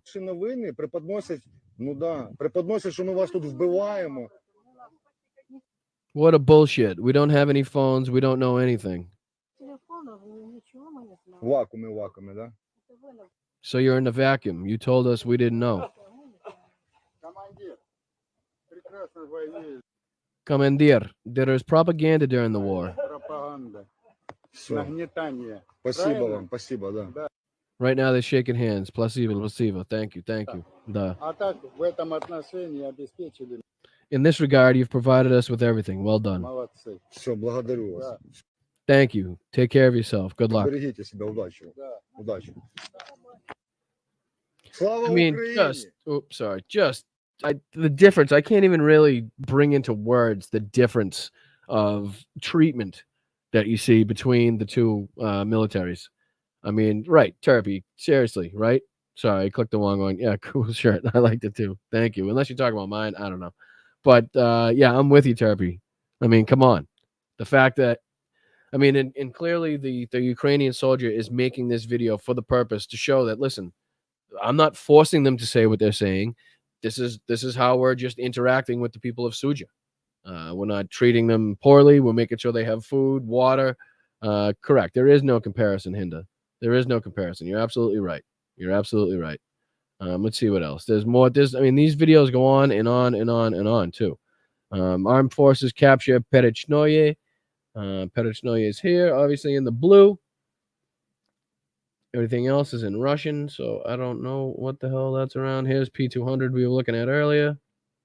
Let's see. I'll mute these just in case. A local from Kerchnaya complains to foreign journalists in the Ukrainian military about how the Kadyrovites raped a 15-year-old. Well, I'm not going to be That's terrible. Kadyrovites, obviously, down the Russian military side. A Russian woman says she doesn't know what's going on in the Russian Kursk region, but she's sure America is to blame. Let's hear that. Hold on.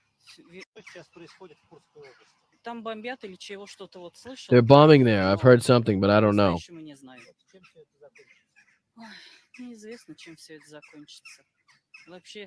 America continues this. It benefits them. It would have ended a long time ago if not for America. I don't think she's wrong on that one. Let's see here. Ukrainian drone line films his dugout. Let me mute it. Films his dugout with full complement of sleeping battle cats. All right, let's check it out. Let's check out what the Ukrainian military, what the soldiers, what their life, what they're living in, what they're doing. Зарядку батарей.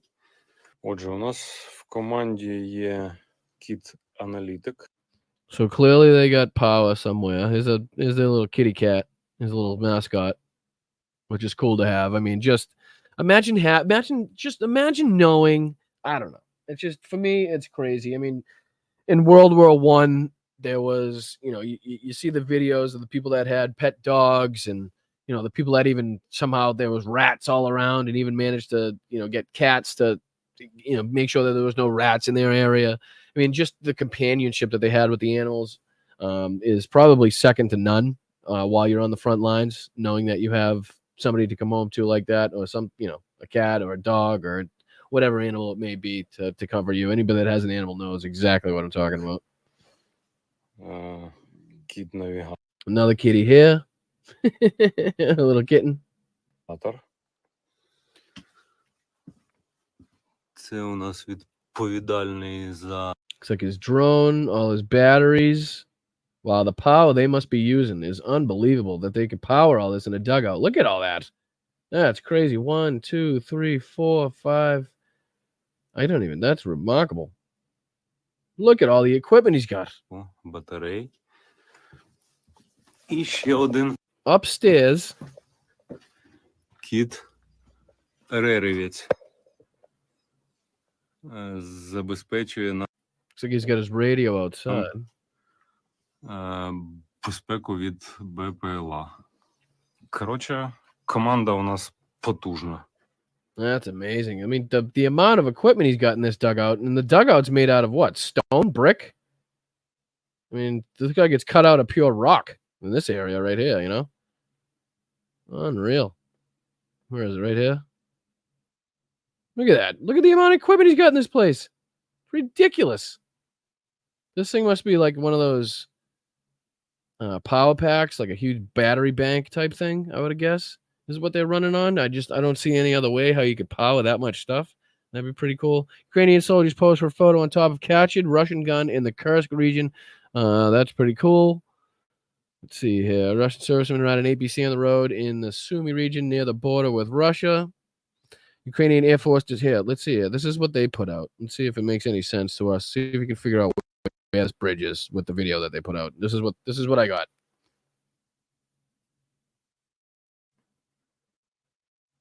Okay, great. You can see here the strike. Perfect strike.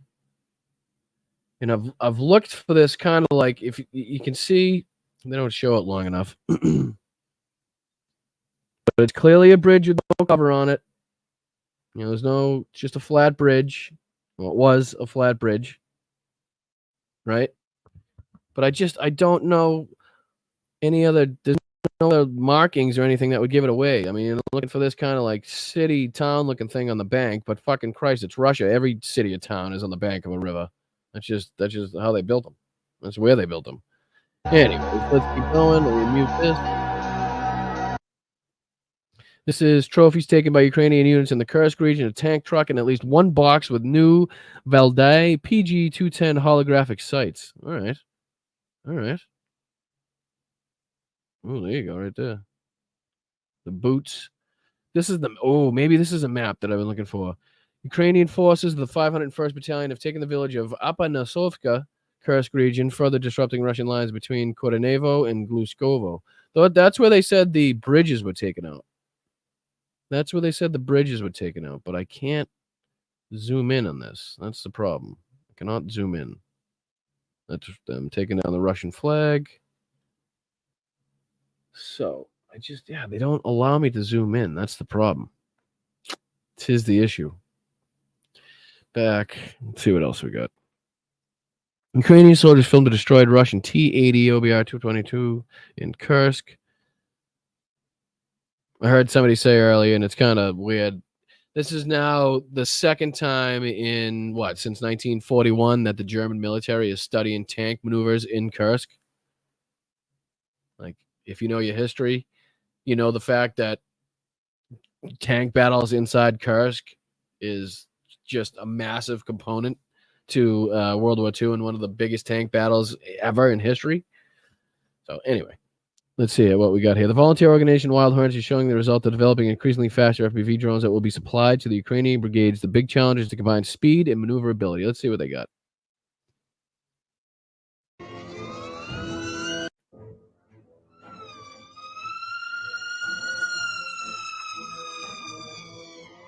You hear that thing? Holy crap.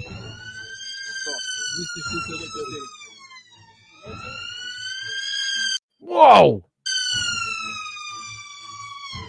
Holy Jesus. That thing is flying. Literally. Look at how fast it is. It sounds like an F1 car of drones. The F1 car of drones. Holy jeez, that's gonna be tough to deal with. That's gonna be tough to deal with. Let's see, American volunteers. Let's see here. American volunteer sniper in Ukraine, call sign Jay-Z from the Romance Group. There we go, brother. Heroyam Slava.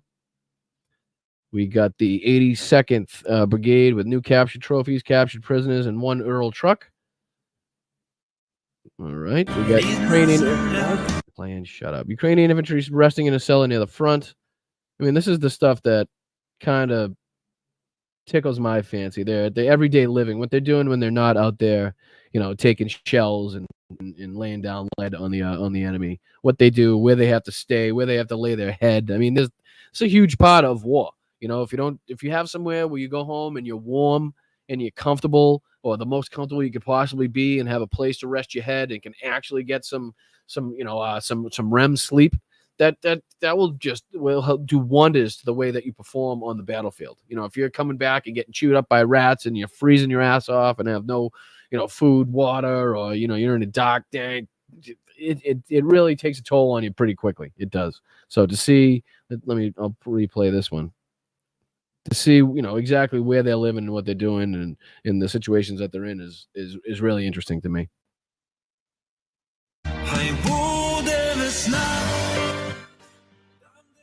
I'm sure it's copyright. Seems like they have their food area set up here. Their entrance is really pretty good because they got that brick wall, the brick walls on both sides. Looks like a pretty good space where everybody has their own area. I mean, again, you can only work with what you got. So you're hoping for the best, but you'll take with what you got. Another Ukrainian Predator advancing in the cover. This is what I can't show you. Russian sources say Ukrainian forces are clearing Kordonovo. The next step will be Rilsk City. Give me a friggin' map, dude. What's this one we got here? Let's see what we got. Probably can't play the music. There is no music. Oh, it's paused. There is music. All right, let's see what they got. We are flying a drone. We're checking out what seems to be an apartment complex that is heavily bombed out. And it is more bombed out. It's now, wow, big one. Big boom on that one. I don't know what region. Let's see where that was. That was Russian abandoned building in the Mayorska station in Horlivka. Was hit by a guided bomb AASM hammer launched by the MiG-29 of the 40th Tactical Aviation Brigade. August 24th. Russian assault group was destroyed by FPV drones and small arms fire in Kharkiv. Let's see here. Ukrainian UAV company. I can't show any of these. This is the Jack Eye again. What else we got? That's the guy breaking in. Oh, would it bring me to the top, the bastards? Of course it did. Come on. Come on. There we go. This is more Russian POWs in Kursk. They don't look too happy.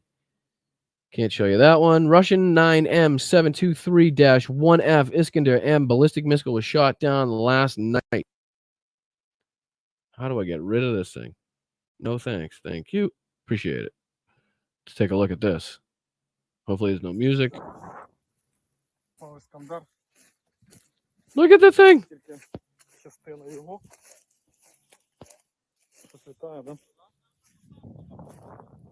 Looks like an old strike, tell you the truth. Looks a bit older. All right, we'll continue down here. What do we got? A pair of Ukrainian 2 S1 Zvodgivka? Zvodgivka. Wow. 120 millimeter self-propelled howitzers drive down a muddy forest track after the rain. I love checking these out. Come off, so copyright music. Got the gun cover on. I don't know. It's amazing because when you hear Donald Trump say, wars are not fought with tanks and guns anymore. It's literally like, that's what's going on exactly now. Right now, that's happening right this minute, right this very second. It's happening. That's what's going on. All right, let's continue on with our. Let's see if there's any more we can find. One more. Let's see one more good one. One more good one. Early this morning, Ukrainian attack drone successfully hit a Russian oil depot in Rostov Oblast, setting several storage tanks alight. The depot continues to burn. Rough location. Okay, let's take a look. Let's take a look. Nope, I don't want that ad. So this is the location. Looks to be... Are they trying to tell me it's down by Rostov-on-Don? That wouldn't make any sense. That wouldn't make much sense. All right, back to that. All right, let's take a look at this knucklehead. I'm going to go back to this. How's everybody doing, chat? You still with me? Appreciate it. Make sure you're hitting that like button, the shit that I never say. Make sure you like, share, subscribe, share it out. There's patreon.com/Boston Brian. The Venmo's up in one of these corners, somewhere in this area, location, general region. Up in there that you can, send $1 or $2 would be great. Like I said, if everybody just sent $1, imagine that. Everybody in the chat sent $1 would be fucking flying high. I could make this the world's most popular political podcast. It would be fucking fantastic. Let me see. I got to go back on this now. Ugh. This man's face is just disgusting to look at. It really is. I'm sorry. It really is. Okay, I'll do this. And I'm going to have to go back. Shut your face. Shut your face. All right, where's he start? Somewhere in this general vicinity. There he is. Ugh. This is one of his more unhinged, guys. I'm not going to lie. This is one of his more unhinged. And we'll play it from... Here we go. Back the White House, and we're going to take back our country.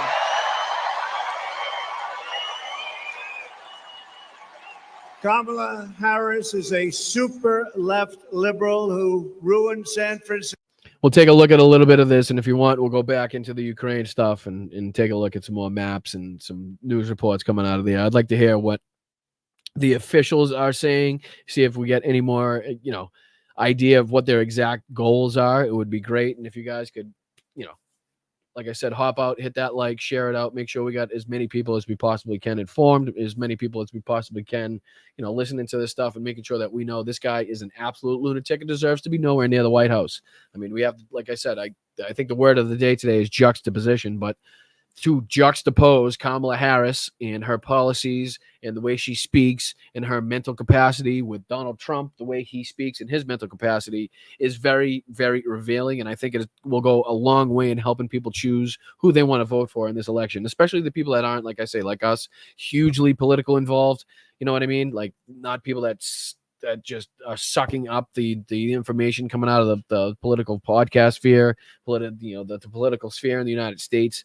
Those are the people that we need to go for. The people that are just worried about their own lives, that, really have an impact and really have would be affected by this, but are just not really, involved as much as they should be. So let's see what this arsehole got to say. Francisco ruined California and delivered a badly broken economy, a badly broken border, which gave us a dangerous world of chaos, death, and destruction. Just take a look at what's happening today.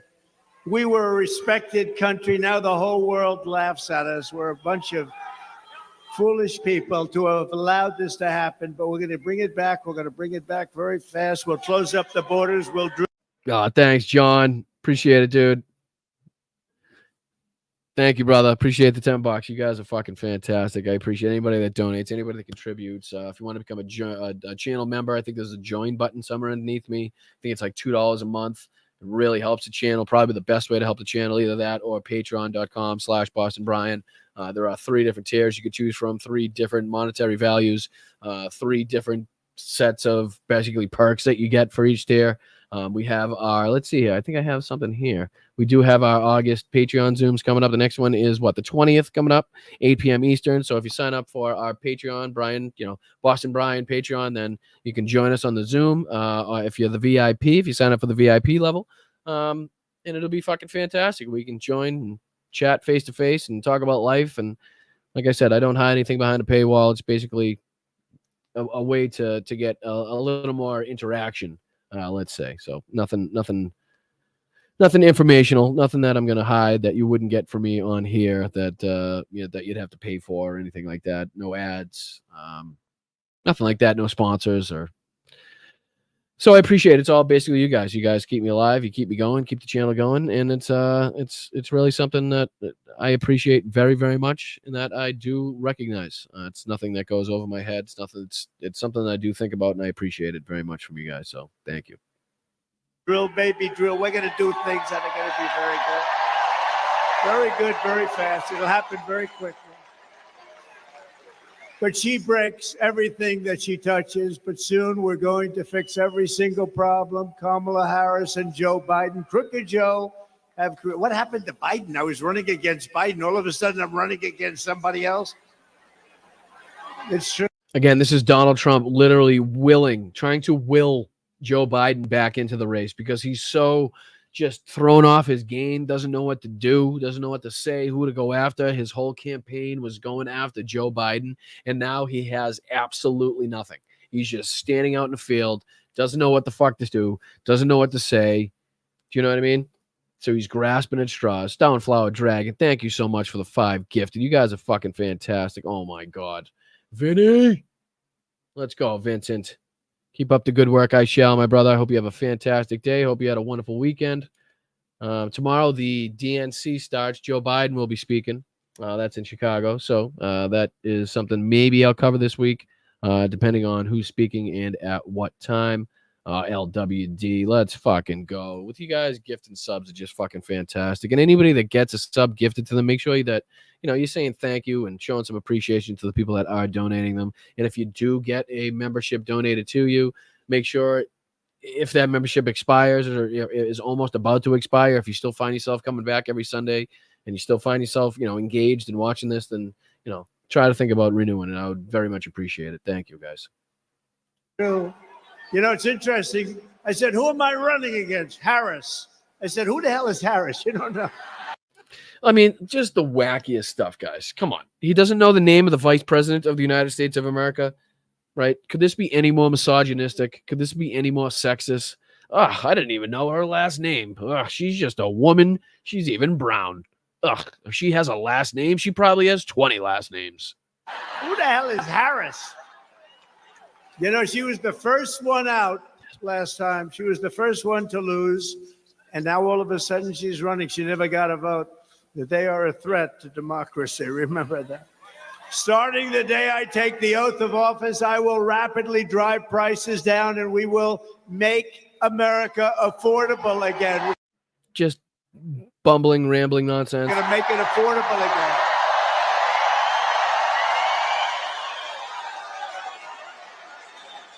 Under Kamala Harris and crooked Joe Biden, the American dream was dead, and it is dead. It's dead as a doornail.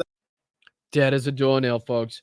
never. It's you know what? It's usually typically what countries like to see is when the stock market gets to above 40,000, when we have low unemployment, when we have record job creation, when we're producing the most energy we've ever produced, we're the most energy independent we've ever been.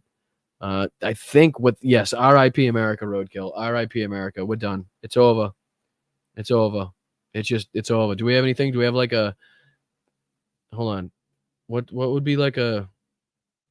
What do they play out in the military? Let's see here. Come on. Just too long. Just too long, Brian. For Christ's sakes. For Christ's sakes. Let's see here. This work? We'll play.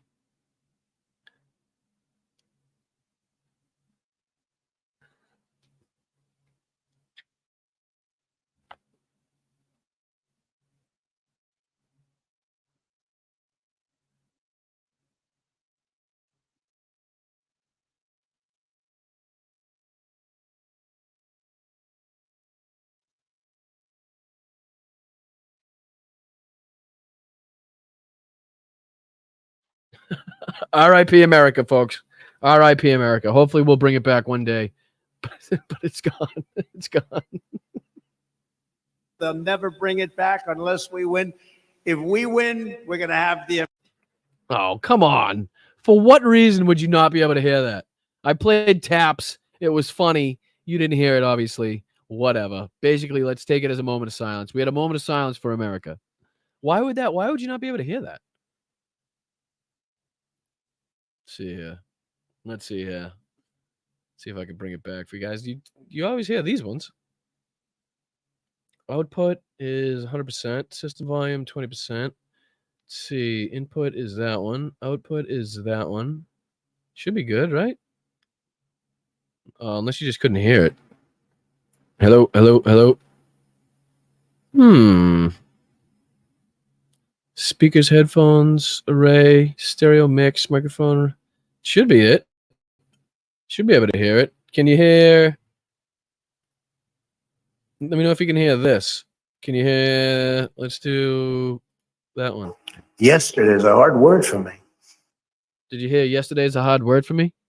I didn't play anything, just the yesterday's a hard word for me. That's it. No, I know. You didn't hear it, Rocks. Volume is on high. Volume is high on Brian. Okay, hearing you. Yep. So you heard that one? That makes no sense. Why you wouldn't hear the other one? Anyway, I played taps. Doesn't matter. It was funny. I thought it was funny. Didn't catch. American dream alive, all for your beautiful children, your grandchildren. We'll have the American dream. Will be back with us. Her radical liberal policies have caused horrific inflation, decimated the middle class, and gutted the finances of millions of American families. And you know what I'm talking about, because everybody in this room has been devastated by what they. Devastated, which is why they all had the gas money to come from basically everywhere around North Carolina and even farther to make it to this event, which is why they had the ability on a Saturday. They weren't working. They didn't have to work on a Saturday to make the bills. You know what I mean? They were at this rally. So clearly they've been so devastated to the point where they had tons of gas money, bought tons of merch, took the day off, didn't have to work, that type of stuff. You know what I mean? Thank God for labor unions. Thank God for labor unions. Thank them for your weekends, folks. Thank you. They've done. They have no idea. They're grossly incompetent people. Real incomes are down by over $2,000 a year.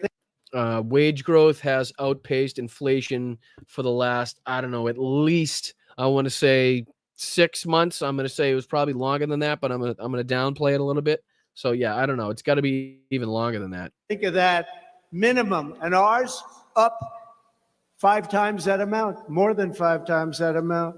Her price hikes have cost a typical household a total of $28,000, and that's called the Kamala Harris inflation tax. She was there for everything. You know, when she sits and complains, hey, look, Joe Biden hates her, okay? Excuse you? I'm sorry, what? Joe Biden hates her, okay? Yeah, you know what? That's usually the first thing I look for in a vice president when I'm picking my VP is who do I hate the most? You know what I mean? That's what I look for. That's what I look for in a VP. I'm going to say, who the fuck do I despise? And that's that's who I'm going to pick as my VP. Hates her. You don't mind if I go off teleprompter for a second, do you? No, Donald, actually, that's when I get the most joy and the most clips and probably the most views out of your fucking ridiculous nonsense is when you do go off teleprompter, because that's usually when you're at your fucking craziest. So let's go. Joe Biden hates her. No, he doesn't. He doesn't. But go ahead. Go on. This was an overthrow of a president. Right. You mean the guy that's still president right now? The guy that's still leading the country, that guy, the guy that's going to speak tomorrow at the Democratic National Convention, that you talking about that guy? Yeah. Good wicked. This good was an overthrow. Somehow they overthrew him, left him in office, and somehow got him to speak at the Democratic National Convention. Good job. They went out. You know, I spent $100 million fighting Joe Biden. This is why he's pissed. This right here, folks, is why he's so pissed. They went out. You know, I spent $100 million fighting Joe Biden. They told him he couldn't win. His debate performance wasn't the best ever. But they said mine was the best ever. Oh, did Vance speak today too? I mean, that's an odd way to put it, Kangas. Very, very descriptive way to put it. But did he speak today and have a blunder? Get to me in the chat. Let me know if he spoke today and had some sort of blunder. I'll cover it. But they said his debate performance wasn't. I look forward to debating her, by the way. She'll be easier. She'll be easier than him. Her policies are so bad. Her policy, remember, her father was a Marxist economic professor. He was a Marxist, an avowed Marxist. This is not what we want in this country. And think of it. Does anyone here feel richer under Kamala Harris and Crooked Joe? Is anything less expensive under Kamala Harris or Crooked Joe? No. It's been devastating. Inflation has been devastating under this group of people that have no idea what the hell they're doing. Are you better off with Kamala and Biden than you were under President Donald J. Trump? I don't think so. I do. You know, they do polls and I do stuff, think and I'm so. at like 90. You know what's crazy is right now, I don't have to go outside and put on a mask to go get toilet paper and bring a bat so I can fight my fucking neighbor over the last roll. That's pretty good. I like that. I like the fact that I don't have to worry right now about where my mom and dad are going and where my aunts and uncles are going and how healthy they are and who they come in contact with, you know, because they might fucking die. You know, I'm really not worried about that right now. So thank God for vaccines. That one, you know, but go on about what you were saying about feeling safe when millions of people were dying and you let COVID rampage through our country. 3%. I said, so why are we having an election? They didn't have an election. Why are we having an election? How would you like to be Biden? He's working, he's spending money, he's trying. They wanted to have a debate. That's the thing that started it all. You know, if I didn't debate him, he'd still be running right now. Oh, he's so fucking butthurt. He is so, I guarantee he is screaming at his advisors, why the hell on earth did you let me debate him? Why would you let me do that? Because now he knows he's screwed. He knows the momentum is not going his way, and he just does not have the personality. He doesn't have the policy points. He doesn't have the ability to turn it around anymore. He just doesn't. He's not going to have this huge monumental change all of a sudden where he starts speaking clearly, where he has good policies that help the American people. It's not going to happen.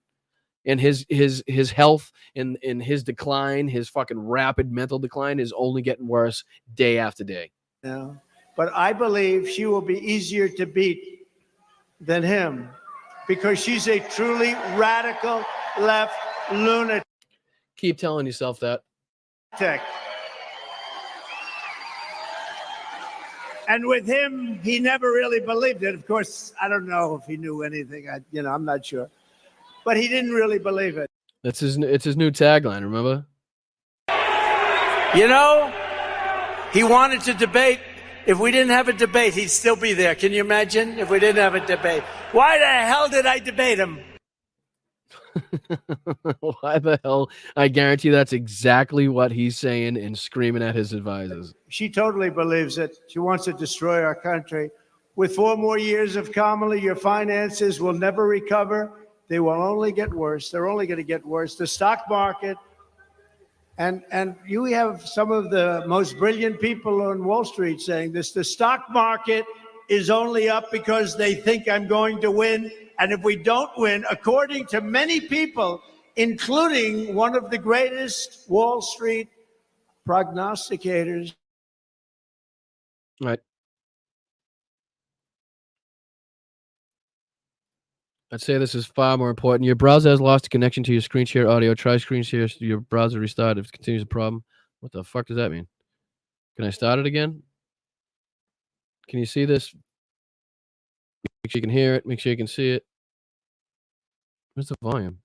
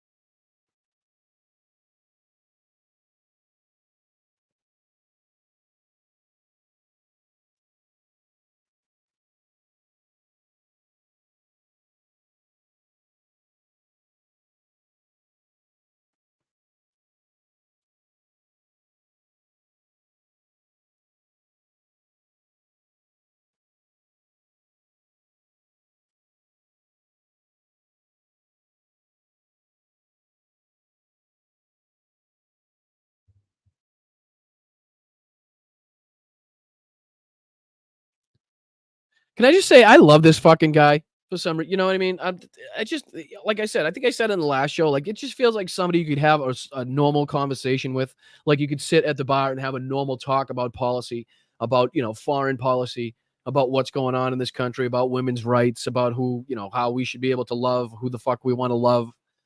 We should be able to identify with, you know, and how we want to identify and what makes us comfortable, that type of stuff. He just seems like that type of guy. Do you guys get that feeling too?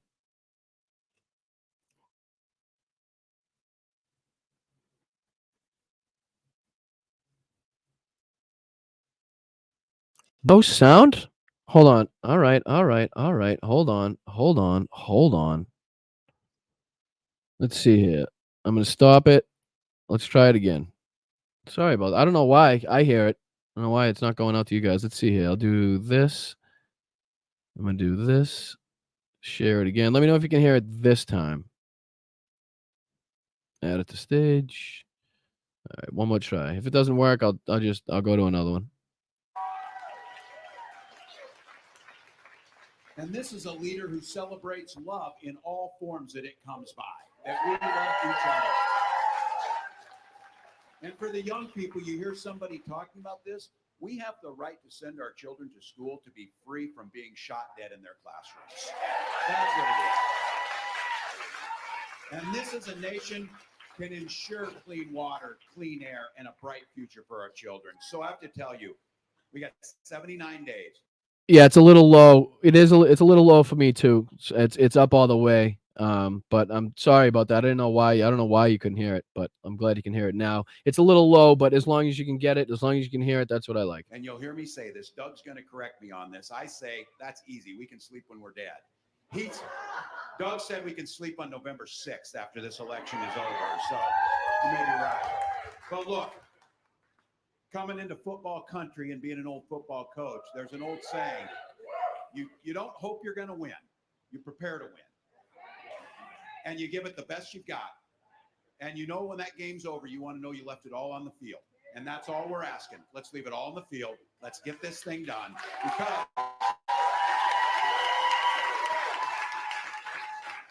Because when my grandkids and your grandkids ask you about this, because on November 6th, you were there, first time when you got to welcome Madam President of the United States, Kamala Harris.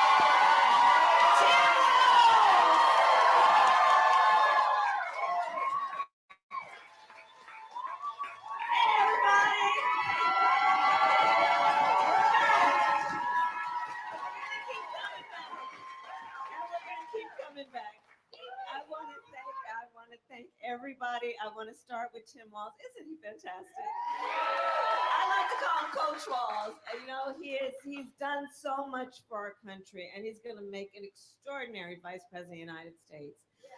Gwen, I mean, girl, you just killed it. I'm telling you.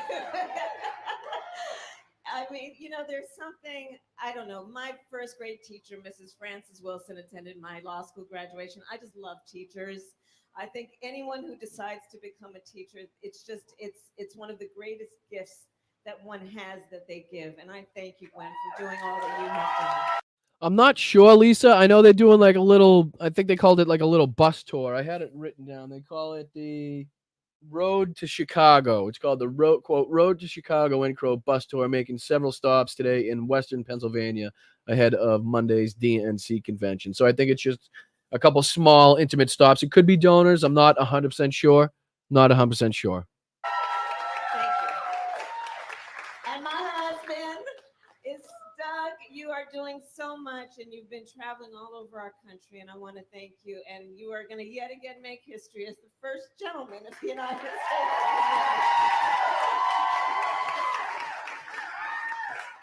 There are a lot of incredible leaders here. I want to just for a moment mention my friend Bob Casey. You have got to send him back to the United States Senate. For the time that I was in the United States Senate and worked with Bob, I'm going to tell you something. You know, we would have these meetings where all of the Democratic senators would get together for lunch. No cameras in the room. Bob, almost every time, was one of the ones who would stand up in that room with all the other senators from around the country, talking about the working people of Pennsylvania and why we needed to have you in our mind when we were thinking about national policy every single day. That's who Bob Casey is. Let's send him back to the United States Senate. Chris DeLuzio, we want to thank you. What he is doing in the halls of Congress, again, I mean, you sent some fighters to D.C., Pennsylvania. You sent some fighters to D.C. Your next Attorney General, DePasquale, where are you? I've done that work. I know what it requires, and you're going to be outstanding. So you've got a lot of work, Pennsylvania, on your shoulders right now that you're carrying, and you who are here volunteering to do this work. And we're going to get it done. And Malcolm Kenyatta knows exactly what I'm talking about. I see him almost every time I come into the state. So I want to just address you all right now as the volunteers. You know, Tim said it. This campaign. So it's a group of volunteers. You know what I mean? The important people, the people that are out there knocking on doors, making the phone calls, sending the text messages, you know, that type of stuff. The important people in all of these swing state areas and all of these counties that we really need to take. For us is really born out of love of country. We all here, we love our country. And we know our country is going to be as strong as our willingness to fight for it and to fight for what we stand for. You know, when you know what you stand for, you know what to fight for. When you stand for working people, you fight for working people. When you stand for freedom, whether it be to make decisions about your own body or love who you love, you fight for those things. When you believe in ending child poverty, you fight for that. No, Chet, it's not AI. It's for some reason, I think my Wi-Fi is acting up. It's not really coming through as clear as I wanted to, but the sound seems to be okay, which is the important part. You believe in what we need to do to lift up the middle class, you fight for the middle class. These are the things we stand for, and these, therefore, are the things we fight for. And that's what our election is about. Our election is about understanding the importance of this beautiful country of ours in terms of what we stand for around the globe as a democracy. As a democracy, we know. No, I know who Chet is. Chet is not AI or a troll. He is undercover. Oh, there's a duality to the nature of democracy. On the one hand, incredible strength when it is intact, what it does for its people to protect and defend their rights, their liberty, their freedom. Incredibly strong and incredibly fragile. It is only as strong as our willingness to fight for it. And that's what this campaign is about. This campaign is about a recognition that, frankly, over the last several years, there's been this kind of perversion that has taken place, I think, which is to suggest that the measure of the strength of a leader is based on. We have to be prepared to, and I don't know where Donald Trump said it, but he said in one of his interviews or one of his speeches that hundreds of thousands, he said, hundreds of thousands of anti-Israel protesters are set to descend upon the DNC, and we are going to see protesters for the people of Palestine, and I am interested to see how Kamala Harris deals with that. I am very anxious and very hopeful to see Kamala Harris literally kick Bibi Netanyahu right in the dick. I'd like to see her step up the rhetoric. I'd like to see her be far more aggressive towards Bibi Netanyahu, and I'd like to see her pretty much do what Biden did when they step up. Is like, they have the right to speak, they have the right to air their opinions, and let's listen to the people. Let's listen to what they're saying. Unfortunately, Joe Biden, as good as he was on on many different areas and many different policies, and he's helped us in many different ways.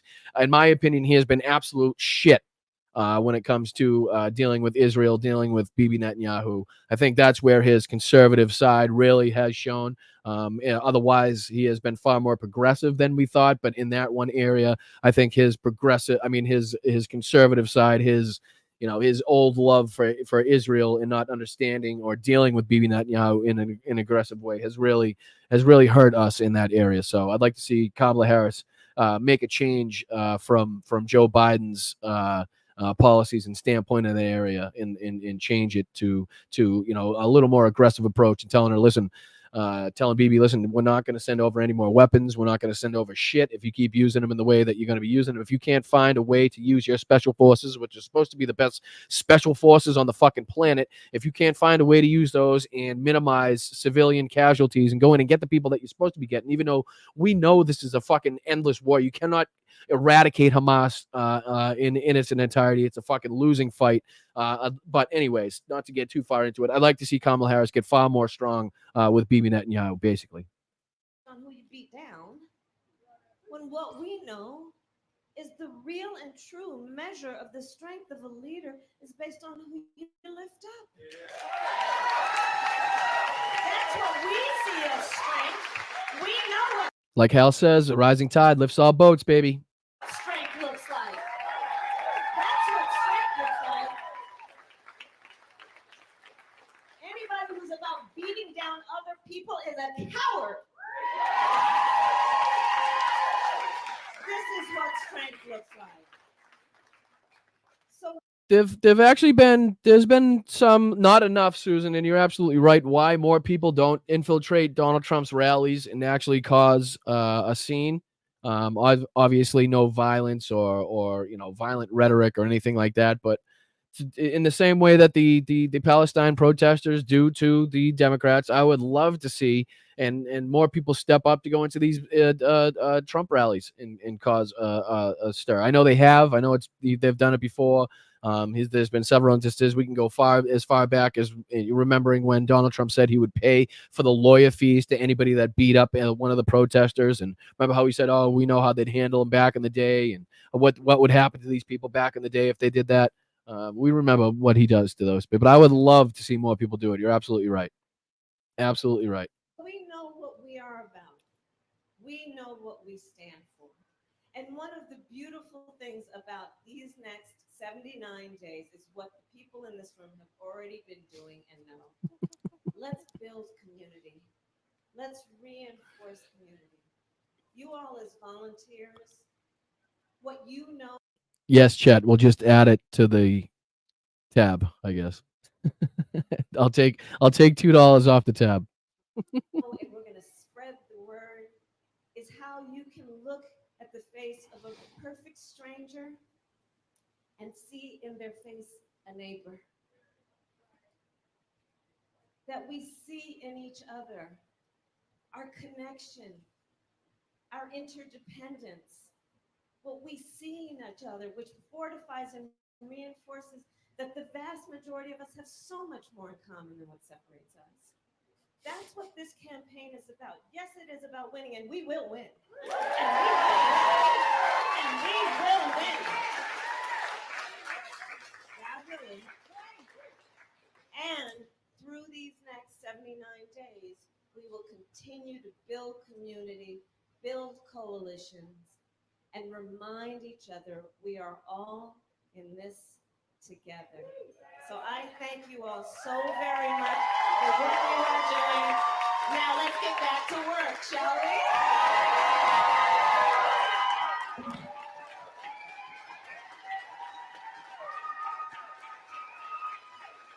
All right, that was Kamala Harris and Tim Walz in Western Pennsylvania. I believe it says it's Rochester, Pennsylvania. I'm sure they'll probably do a few more of these stops today. So if we're still on while they do their next stop, I'll be sure to bring it up. Let's go back to Schmuckface and juxtapose what we just heard from Vice President Kamala Harris, soon to be Madam President Kamala Harris. And let's juxtapose that to what we're hearing from Donald Trump. One of the most brilliant guys on Wall Street. If I don't win, you will have a 1929 style depression. Enjoy it. I believe that. I believe that. For everybody that's just unbelievably confused right now, Chet is my brother. Okay. just so everybody knows, don't get mad at Chet. Mods, don't. Chet is my brother. So I'm calling him out. I believe it. A lot of people believe it. So we're not going to give him the chance, okay? We're not going to give him. And your state's going to be ruined anyway. She's totally anti-fracking. She's been anti-fracking and anti-drilling, anti-oil and gas from practically the day she was born. All of a sudden, a couple of months ago, she said, oh, I'd love to have fracking. Now, she won't have fracking. Vote Trump, and your incomes will soar, your savings will grow, young people will be able to afford a home, and we will bring back the American dream. Listen, don't let people come in here and say Trump 2024. Don't just let it go. Let it go. Trolls are welcome. They're going to learn something if they stick here long enough. Don't let them get you. Don't let them get you.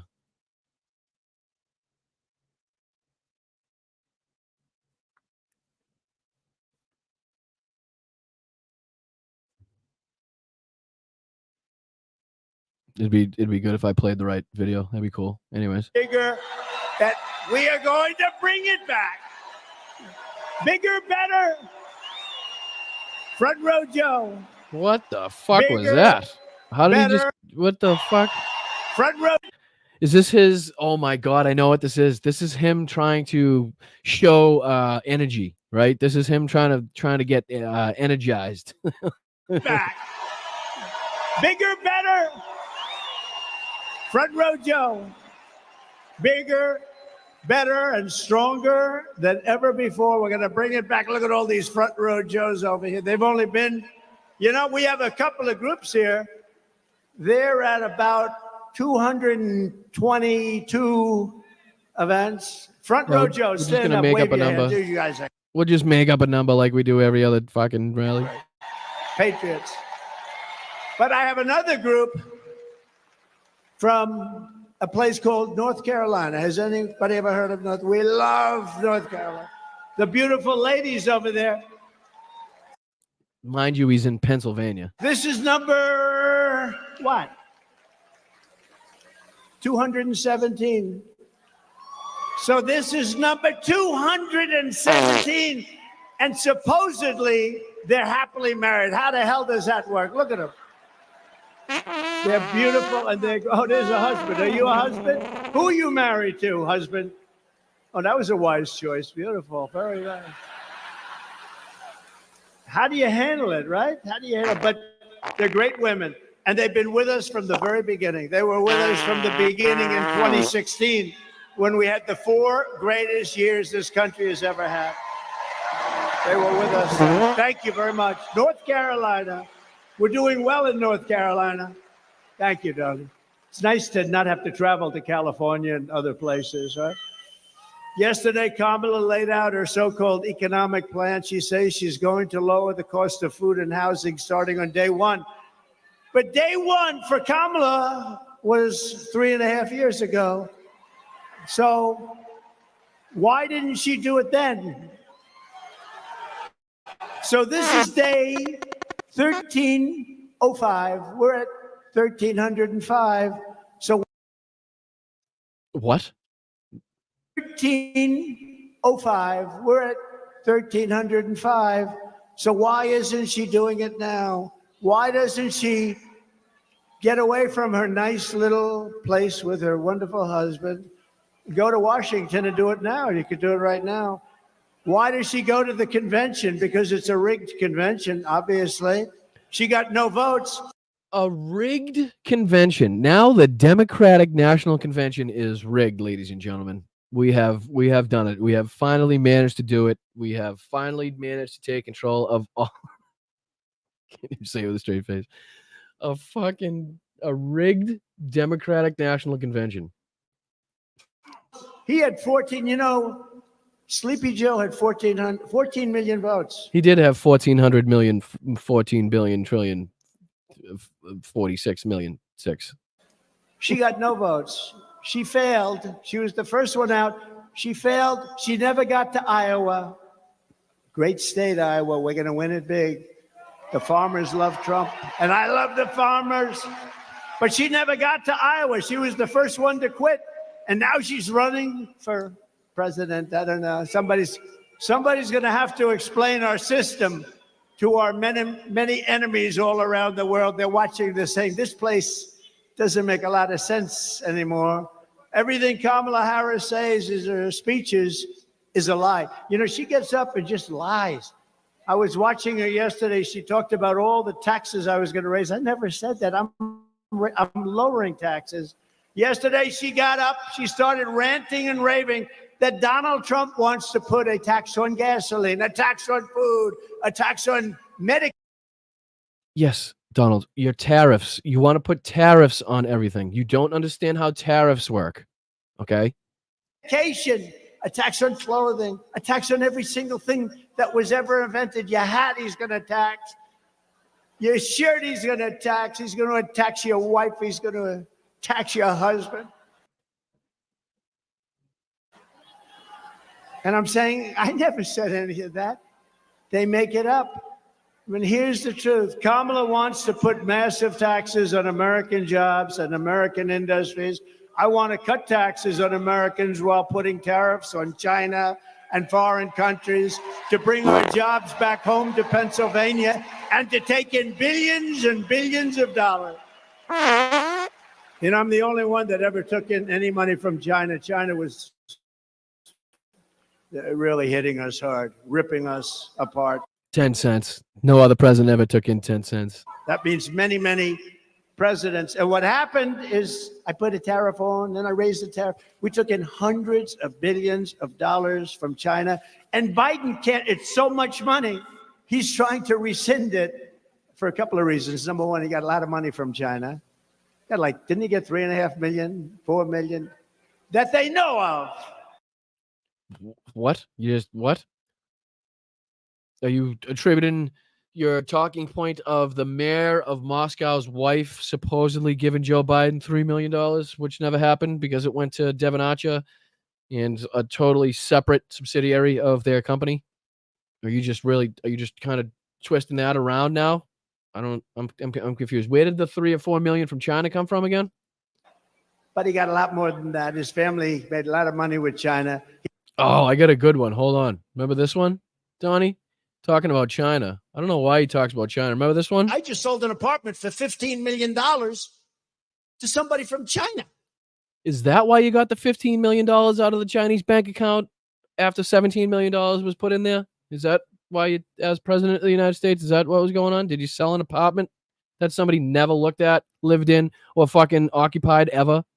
He wants to get rid of the tariff, but he can't because there's so much money they can't do anything with the budget. A tariff is a tax on a foreign country. That's the way it is, whether you like it or not. A lot of people like to say, oh, it's a tax on us. No, no, no. It's a tax on a foreign country. It's a tax. No, Don. Oh, my God. Okay. All right. Jesus H. Christ. I can't believe I have to do this, people. I can't believe I have to do this. All right. Are we all together? Are we all together here? Let's just we'll educate. Maybe there's some trolls in there that can understand, maybe better understand what a tariff is. A tariff is a tax imposed by a government or a supranational union on the import or export of goods. Tariffs can be a source of revenue for the government, and they also can be used to regulate foreign trade or policy. For example, tariffs can be used to encourage or protect domestic industries by taxing foreign products. So it's the products coming. He doesn't. Tariffs are often levied on imports, but they also can be levied on exports. They can be ad valorem tariffs, which are percentage of the value of the goods, or specific tariffs, which are set amounts such as $100 per ton. Tariffs can also compound tariffs, which combine both types. Tariffs can increase the prices of imported goods, which gives domestically produced goods an advantage, which means more reason to buy in. Anyway, they can also act as trade barriers, which can reduce the availability of goods or services for consumers or businesses. Once imposed, tariffs can be difficult to remove because companies can become accustomed to the new environment and may lobby against lifting them. So tariffs imposed by a government or a supranational union on the import or export of goods, ladies and gentlemen. All right, just are we clear on that? Just to be clear. Okay. On a country that's ripping us off and stealing our jobs. And it's a tax that doesn't affect our country. And you can see hundreds of billions of dollars of tariffs on a tax that doesn't affect our country. Then why the fuck would we have it? What is the purpose for? Why would you do it if it has zero effect on our country? What other stupid countries comment. also. I took in hundreds of billions. And nothing happened to us. They make less money. And you know what? Our jobs come back because there's no tax if they build their factory in Pennsylvania. There's no tax if they build their factory. Yes, Donald, we get it. Incentive to build inside the United States, which obviously you didn't fucking get. Remember when Harley Davidson left? Remember when all those companies left the United States to go build factories elsewhere? Yeah, that was your administration. In the United States. So what do they do in order to avoid paying the tax? They say, let's build a place over here. No tax. Come on over. We love it. Just hire our people. That's all you have to do. It's very simple. You know, as we speak, and this really goes to Michigan more than you, but I look at Michigan and South Carolina, a lot of other places that do the auto stuff, and they are building some of the biggest auto factories in the world right now. In Mexico, right off our border, they think they're going to make cars, not pay any tax, and sell those cars into the United States. Not going to happen, not with me. They're building some of the biggest auto plants in the world. And you know who owns those auto plants? They're built, they're made, and being built in Mexico. You know who owns them? China. China owns them. China's very smart. I had a good relationship with President Xi. When COVID came, that was the end of that relationship. But I had a very good relationship. But we took in hundreds of billions of dollars from China. Think of it, Bush. I think you know what? He actually has the names of the managers that works in those plants. Don, why don't you hit us with the names of the managers? Who are they? Kamunan, Suchin, Tendulkar, to Virat Kohli. All right, good. Those are the managers of the plant that he's talking about. Barack Hussein. Did you ever hear? Yep. How do you say it? How do you say it? From China. Think of it, Bush, Barack Hussein. Barack Hussein, Obama, Barack Hussein Obama. Did you ever hear Barack Hussein Obama? Have you heard of him? There are those that think he is currently running the country. Does anybody think? No, nope. Actually, probably just you and like the people maybe behind you, I guess. I don't know. I would assume not many people think that Barack Obama is running the country right now, considering Joe Biden's the president, Kamala Harris is the vice president, and they have absolutely nothing to do with the government. That's just my guess. I don't know. Just, throwing that out there. I don't know. I don't know that that's true. We know it's not Biden. Every attack Kamala makes on us is a fabricated, it's a lie.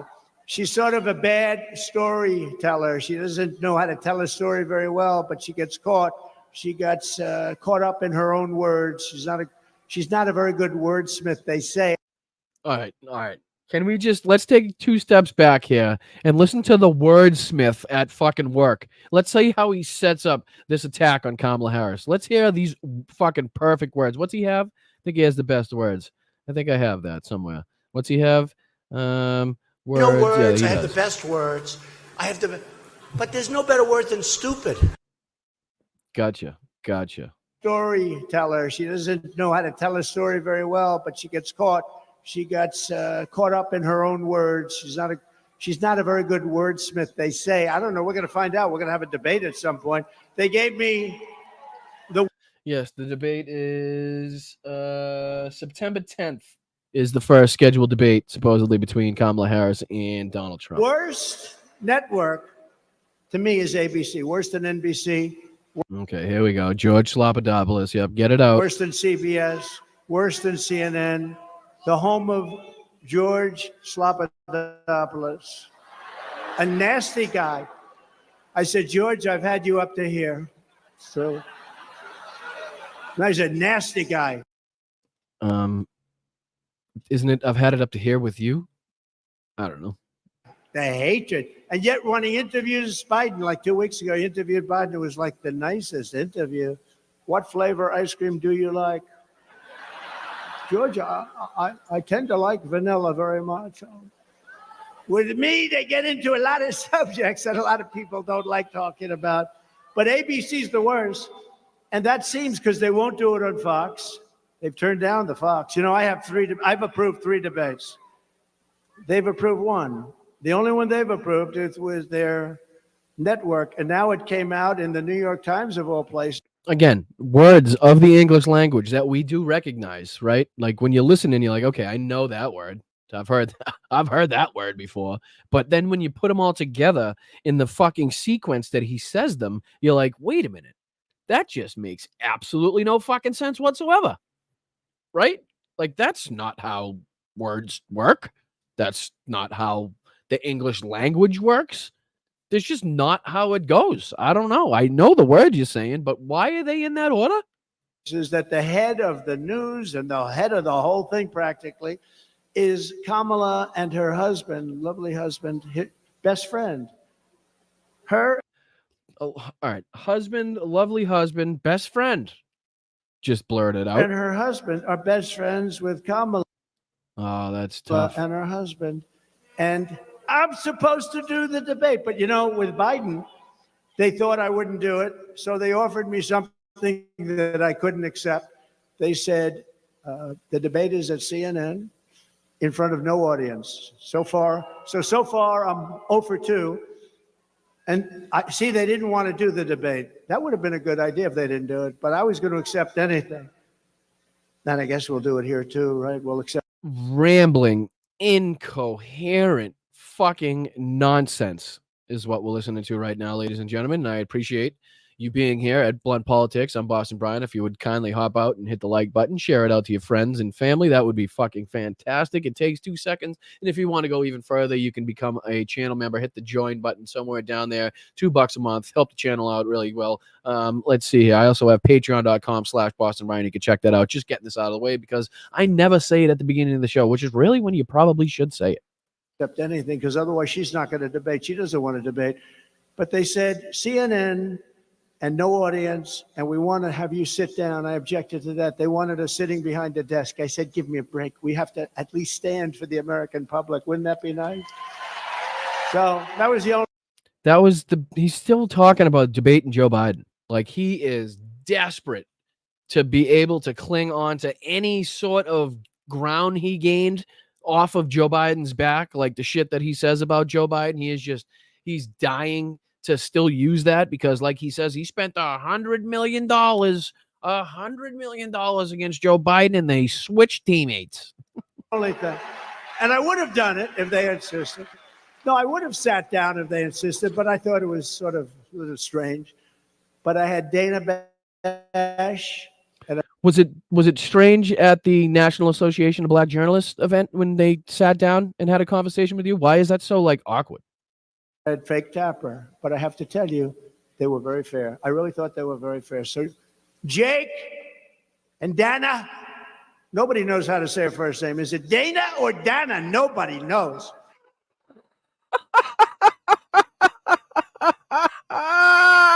What?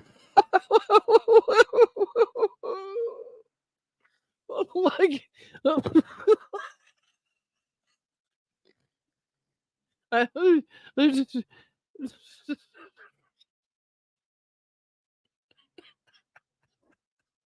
like I knew he was having a problem with Kamala's name, but now he's got a problem with Dana Bash. What? Fair. I really thought they were very fair. So Jake and Dana, nobody knows how to say her first name. Is it Dana or Dana? Nobody knows.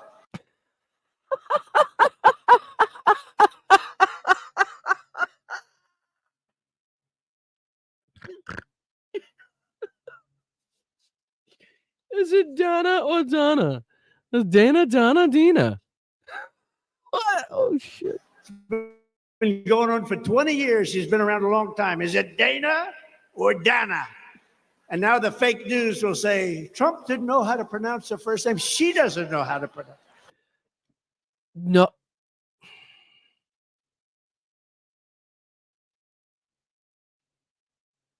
Wow.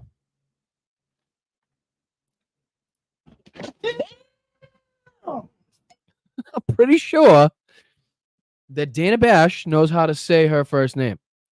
And I'm also pretty sure that you literally just told us that you don't know how to say her first name. So then to say that the media is going to say that you didn't know how to say her first name like it's a lie does not make any sense whatsoever. Holy shit. Holy shit. But look, but Dana. All right, now I want you to, I don't know if we'll get this far into the speech or if you can see my cursor, right? If you look just over Trump's left shoulder, you'll see the guy in a white hat with glasses, and then just left of him with the big fight my president shirt on to the left of Trump. He's got a cowboy hat, the American flag underneath the brim. I want you to watch him. It could be towards the end of it, but he starts giving the white power symbol behind Donald Trump, which is always just typical, I guess. And Jake, I used to call him Fake Tapper. Now I call him Jake Tapper because he treated us very fairly, and so did Dana. Treat me very fairly. I think it was, just about neutral. But he kept saying, he gave very short answers because he wasn't really doing too well. And I kept saying, I'll take it. But what happened? Sir, you have 92 seconds left. This is not what he wanted to hear. Right, David? They said, you have 92 seconds left. Going to be your next senator, I'll tell you. David McConnell.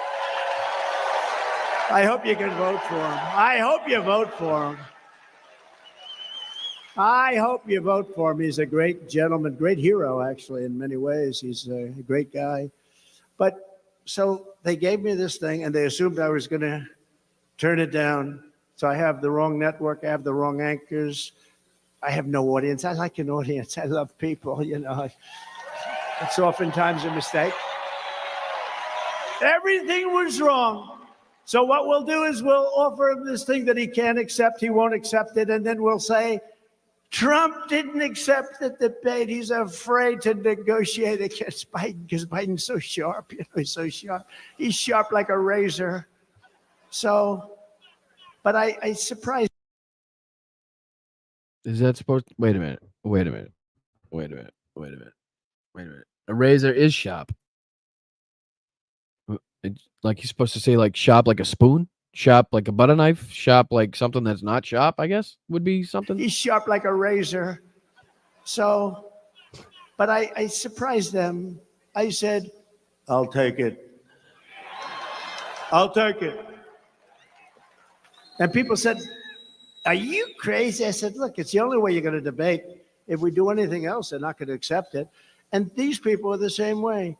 They offered me, we were supposed to have Fox on September 4th, and they said, no, I accepted it. I don't even know what's going to happen because I've accepted it. They haven't.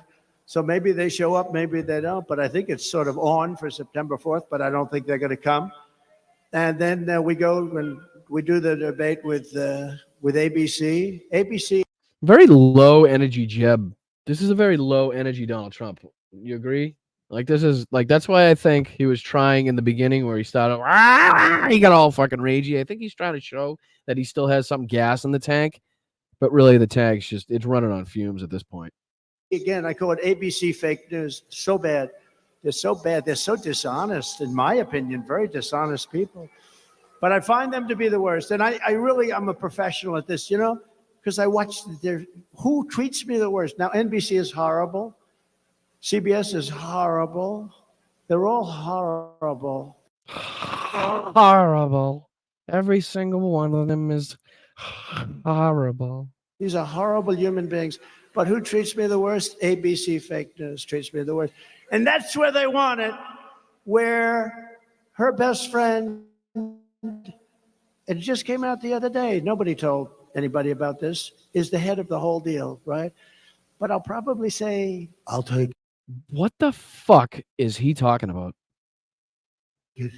Because you know what? They're not gonna do a debate. But just remember, these are phony, fake, disgusting people that hate our country. Remember that.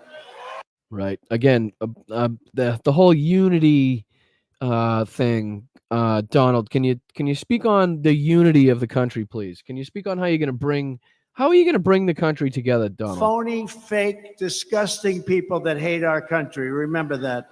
Okay. That might make it a bit tough for us to get together. I'm just saying. I don't know.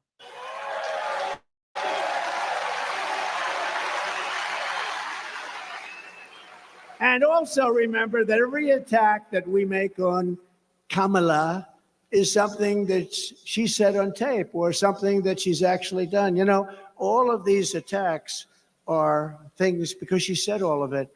She said, I don't want fracking in Pennsylvania. She said it hundreds of times. I don't want it anywhere.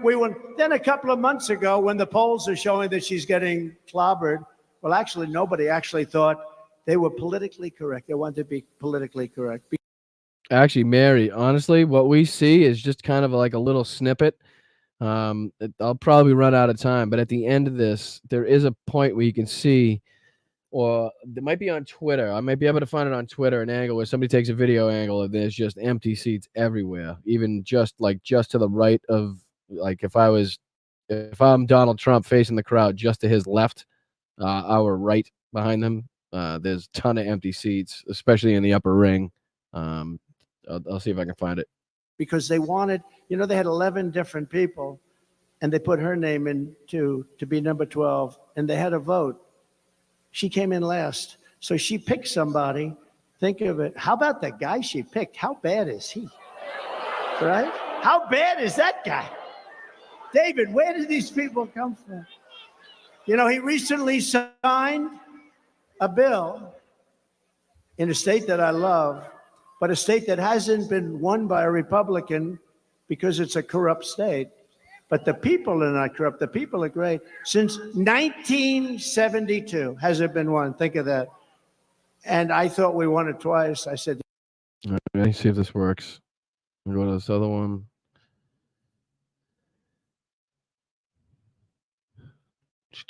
Come on, baby. Come on, baby. Just work for me now. The fuck is this? That's not what I clicked on at all. Oh, it's an article. I get you. I get you. Is it an article? What the fuck is this? Oh, a video. It's what I want. 4 years ago, 6 months ago. What the fuck is going on? All right. I'll just make this bigger. thank you, Paul. Good. Thank you, Paul. Thank you, Paul. New York, Brooklyn County, PA, Paul Battisti. Thank you, Paul. Good. Thank you, Paul.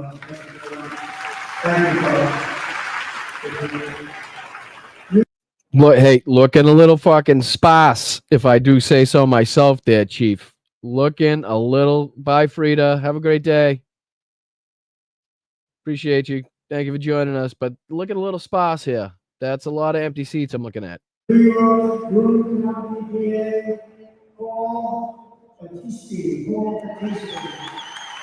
And this is when he's just announcing people, like he's still thanking people. So it's right at the beginning of his speech. So they really have no excuse on this one. I mean, look at the top bowl. Top bowl is like pick and choose. And I actually saw an angle. This is one angle, but I actually saw a different angle where you could see like front row seats were actually empty too. Let me see if I can find that one. Let's see if there's any more. It was packed. I tell you, Trump walked off the stage like a minute before this live shot of what was left of the crowd. Let's see what this is. I think this is a picture. All right, so yeah, so this is the crowd. Actually, no, this must be a little after. I'm gonna have to say it must be a little after. You know, I wanna say what's real. Because I saw it was definitely more full than that picture showed. Let's see here. Upper deck. Tough to see with that lighting. Gotta be better ones. I know I saw a better one. Let's see here. Nothing? Anyways, you get the picture with the pictures and stuff. But he just, you know, if we're gonna continue to talk about crowd sizes, Donald, then you better be able to draw them in, buddy. You better be able to draw them in. That's all I'm saying. There's no way we lose Minnesota. But he signed a bill for all young men's bathrooms and men's bathrooms have to be equipped with a tampon selling machine. It was unisex bathrooms. It was unisex bathrooms should have tampons in them. You know why? You know what unisex means, right? Unisex, both sexes. So that means that anybody could go in there, right?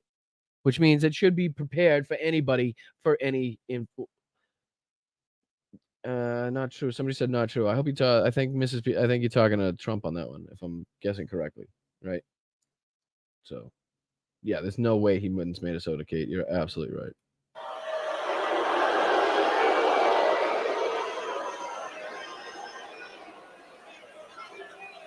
And she turned down your governor. By the way, just so you understand, I know some of you probably like him. I don't think he's a good person. I don't think he's good. I don't think he's good. But they turned him down because he's Jewish, okay? That's why they turned him down. Now, we can be politically correct and not say that. I could say, well, they turned him down for various reasons. No. They turned him down because he's Jewish. That's why they turned. Wow. Okay, straight out with the anti-Semitism. Thank you, Tony. Appreciate you, brother.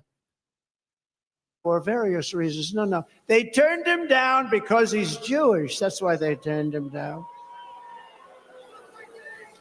And I'll tell you this, any Jewish person that votes for her or a Democrat has to go out and have their head examined. Because right. So this is Donald Trump's version of anti-Semitism. This is how he gets his anti-Semitic views out there, by calling Jewish people stupid if they vote for Kamala Harris in his roundabout way. Because if you see what's happening with Israel and Jewish people right now, there has never been a more dangerous time since the Holocaust. If you happen to be Jewish in America, there's never been anything like it. I'm seeing things, I can't even believe it. And we want to bring about unity and peace and everything else. It looks like they're going to have nothing but riots out there in Chicago. It's really a sad thing, but they turned him down for that reason, and they turned him down for a couple of other reasons too. But the primary reason was that he's Jewish. And you don't think I know what goes on in their campaign? I know it well. I know it very well. She's a nation wrecker who is more liberal than crazy Bernie Sanders. You know, crazy Bernie. Will the mods do me a favor and take that comment that I accidentally put up on screen that I was trying to delete, but somehow I can't delete? Definitely don't want that in my chat. Thank you very much. We don't have to be yelling that. The same things that were being yelled and screamed in 1930s Germany don't need to be in my chat. I appreciate it, though. Thank you. He's pretty bad, right? She is substantially more radicalized than Crazy Bernie. You cannot have her as your president. She ruined San Francisco. She ruined the state of California. No, she was the district attorney and she was the attorney general of the state. I heard the other day, and this isn't anything, I'm just saying, they'll say he was rambling. I don't ramble. I'm a really smart guy, really smart. Yeah, let's listen to how smart that was again. Let's listen to the genius at work. Yeah. State of California. No, she was the district attorney and she was the attorney general of the state. I heard the other day, and this isn't anything, I'm just saying, they'll say he was rambling. I don't ramble. I'm a really smart guy, really smart. I don't ramble. But the other says, all great people that normally have to tell people that they don't ramble. You know what I mean? That's what all great speakers do. They first and come out and they greet the audience and then they say, you know what? Just to let you guys know, I don't ramble. I'm not up here rambling. I'm not a rambler. Just to get that out there.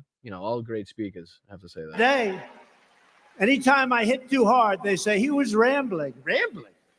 I get up and I make a speech. I go for sometimes 2 hours. Lord, I was born a rambling man, trying to make a living and doing the best I can. But when it's time for leaving, I hope you'll understand that I was born a rambling man. All right, name the band. Come on, name the band. Who's got it? Hours, 2.5 hours, because people are waiting outside for 3 days, 4 days. You guys were waiting out there for a long time.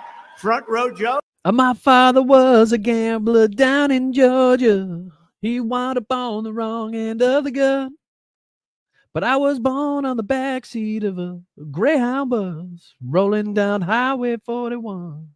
Great tune. Yes, you guys got it. No, not Marshall Tucker. Good guess, though. Marshall Tucker. I don't Also a great know how band. you guys But it's the Allman Brothers. Good guess. Good job, guys. do it. And I feel I have an obligation to speak and speak in a certain way and speak a little bit longer. How would you like it? A guy's waiting with his family for 3.5, 4 days. They have a tent and the tent is set up. They have hundreds of them and they wait. Okay. In case you missed it, right? In case you wrapped up with the tent, this is Donald Trump trying to make us believe that people are camped out for 4 days in tents trying to see him speak. Just like it. A guy's waiting with his family for 3.5, 4 days. They have a tent and the tent is set up. They have hundreds of them. And they Oh.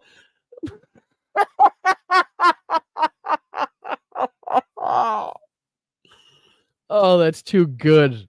That is too good. I thought he didn't like tent cities. they wait. And then I walk in, speak for 15 minutes and leave. I don't know. Somehow, would that be okay, North Carolina? I don't think so, right? They want me to speak all day. When I leave, I did one 2 hours and 15 minutes and I'm leaving and they're screaming, no, sir, more. We want to hear more. I said, I can't. I said, I can't speak more. What the hell else am I going to say? Our country's going to hell. That's all I can say. We're good. That's good. That's good. It's good. It's always good when the politician, the only thing he can say is our country is going to hell. After that, he's got nothing. He's out of ideas. Nation in decline. We were talking about that before. My phrases are copied so much, right? I use a term oftentimes in closing. We are a nation in decline. We are a failed nation. Says nobody ever but you, and maybe Sean Hannity, Laura Ingraham, Jesse Waters, Janine Pirro, Maria Bartiromo. Anyway, but other than those assholes, you're probably the only group saying it. And I think it's a beautiful phrase, although I don't like a beautiful phrase. It's a beautiful fucking phrase. He says, "We are a nation in decline" is a beautiful phrase. Beautiful, beautiful. What a the topic very much. I don't like what it represents, but there's a certain beauty. All of a sudden, all of these candidates, including Republicans, are saying we are a nation in decline. We are a failing nation. No. I haven't really heard that. I've heard them try to describe us as, not doing well, but don't quite think they're copying exactly those words. And I say, what the hell do they have to copy me for, right? But they have a lot of words that they copy. Many of our words, we were in the plane before coming in, and our people said, we went through a list. I think you guys are making me want to jam out. And I was tied to the whipping post. We're going to release a list. Let's release it. But so many of our phrases they copy. That should be a nice thing, not an insult. But crazy Bernie Sanders has said a lot of things. And one of the things he's arguing about is who's more liberal. And after about 2 minutes, he gave up. He said, this woman is nuts. Look, people say, be nice. Everything he just said was made up. Nothing that just left his mouth was true. Just want to pointing that out there. Have you heard her laugh? That is the laugh of a crazy person. But not said at all like a crazy person. Have you heard her laugh? That is the laugh of a crazy person. Jesus. Ugh. I hate when he does that. It's so disgusting. He is like he fucking had to squeeze one out, Donnie.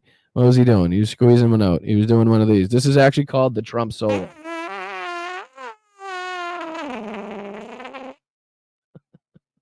Sorry. So childish. My bad. That is the laugh of a crazy. It's the laugh of a lunatic. Have you heard it? Okay, so again, misogyny, sexism. Do you want to toss a little racism in there? Do you want to make it like a black laugh? Do you want to say that? But thank you, Tracy. Appreciate you. Is that what we're doing here, Donald? Come on, you might as well make it the trifecta. They prohibited her. They prohibited He's not about to say they prohibited her from laughing. Please tell me he's not about to say that. her for laughing. I've been waiting for her to laugh because as soon as she laughs, the election's over. We just watched her in fucking Rochester, Pennsylvania, laughing her ass off because she's having a good time. She's up in the polls. The momentum is on her fucking shoulders. She's got the excitement and the enthusiasm behind her. I don't know. But we're winning by a lot in Pennsylvania. I think the fracking got her.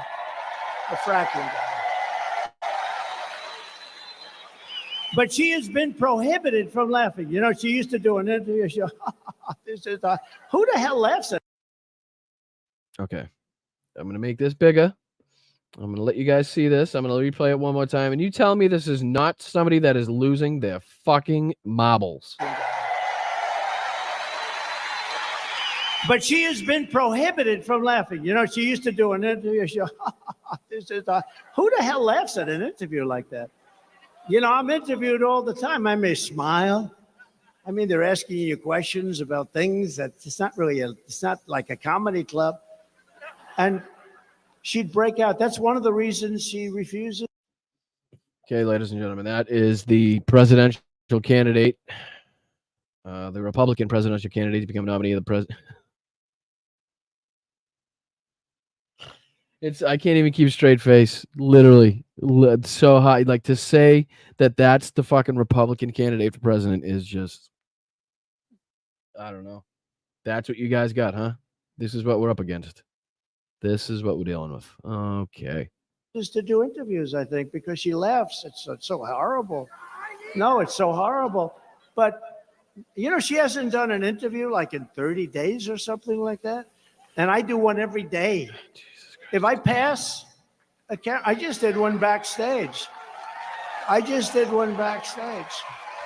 With a very good reporter. But you're supposed to, don't you sort of have an obligation? You're running. They're going to try this. This is her form of the basement. Now, the basement for him was good because, they had COVID. They didn't want him to catch COVID. He ended up catching it anyway. But, it's a very dishonest. The whole system is very dishonest. But she should be. This is a week ago. see it. All righty, it's probably an ad, but just just to debunk the whole Kamala Harris hasn't answered any questions from the press bull crap. We'll see if this plays at any point today. Where is it playing? There's it playing. There's it. Okay, here we go. Here we go. There. Don't you know? Up in Minnesota. Of course, there's an ad there. I told you there was going to be. All right, but like I said, just give me a second to debunk. Here we go. President Trump had a press conference today. He talked about a lot of things. What if you have a reaction to what he talked about? Well, I'm glad that he's finally agreed to a debate on September 10th. I'm looking forward to it, and hope it shows up. Are you open to more debates? I am happy to have that conversation about an additional debate for after September 10th, for sure. He proposed more debates. Like I said, happy to have that conversation. Why do you think he pulled out of the debate? I am beyond trying to speculate about how he thinks. Can you comment on some of his other criticisms? He made a whole litany of them today. Some of them are about your. Busy talking to voters. I didn't hear him. Some of the criticism has been about your vice presidential.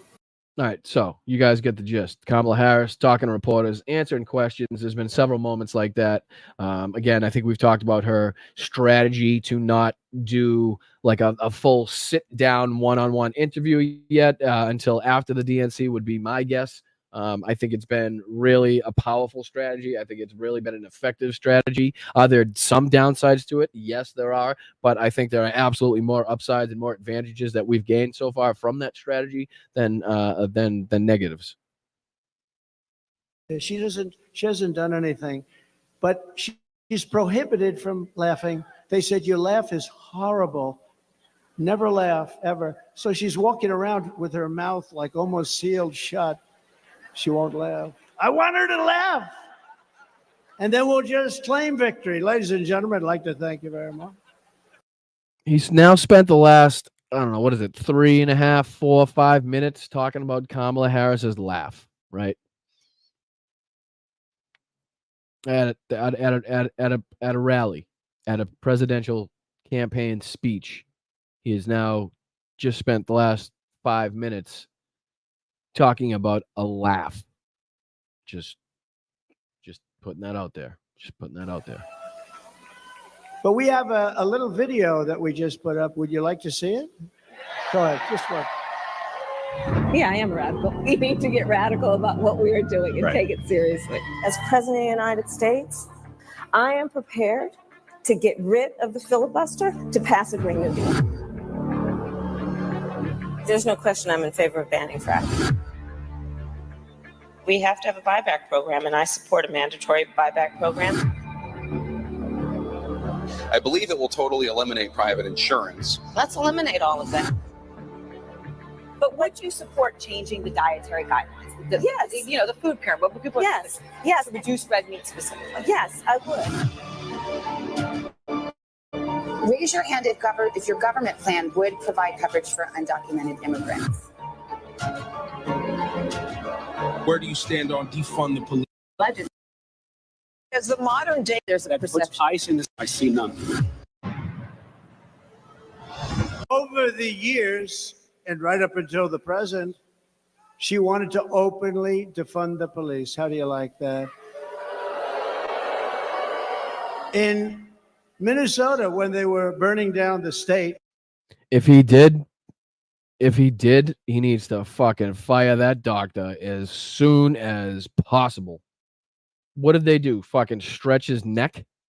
Can I get the old neck stretch, please? Can you just have we'll just have a couple people hang on to this fucking giblet I got going on in my neck. I really would like that to stretch so that when I spray tan and it fucking lumps over onto my white shirt that I always wear, it really creates that, that orange mark on the shirt and the collar. I love that. So can I just get a couple kids in here to hang on my neck gina and stretch that out a little, please?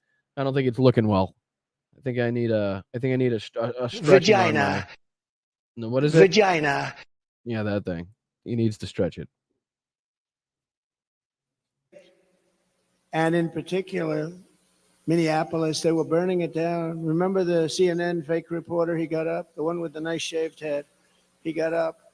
This is a peaceful rally. This is a rally of love. behind him, the entire city was burning. It looked like World War II, right? And by the way, speaking of World War II, she will bring us into World War III, and it'll be a war. That'll be a war like never before because of the weaponry. No more army tanks going back and forth shooting. We've left a lot of our, I rebuilt the entire military, and we left a lot of that in a place called Afghanistan. You know that billions and billions of dollars we left it. In the most embarrassing moment in the history of our country, we left billions of dollars, 13 great soldiers killed. Think of it. Left many hostages, many people. We might have to play this. We might have to play this. Let me know if you can hear this now.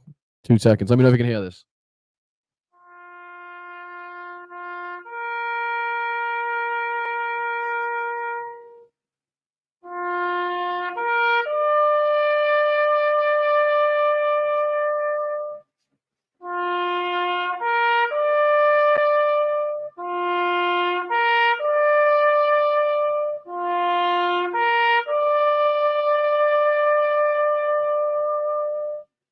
All right, that was for California, Minnesota, obviously Minneapolis, RIP Portland, oof, we're RIP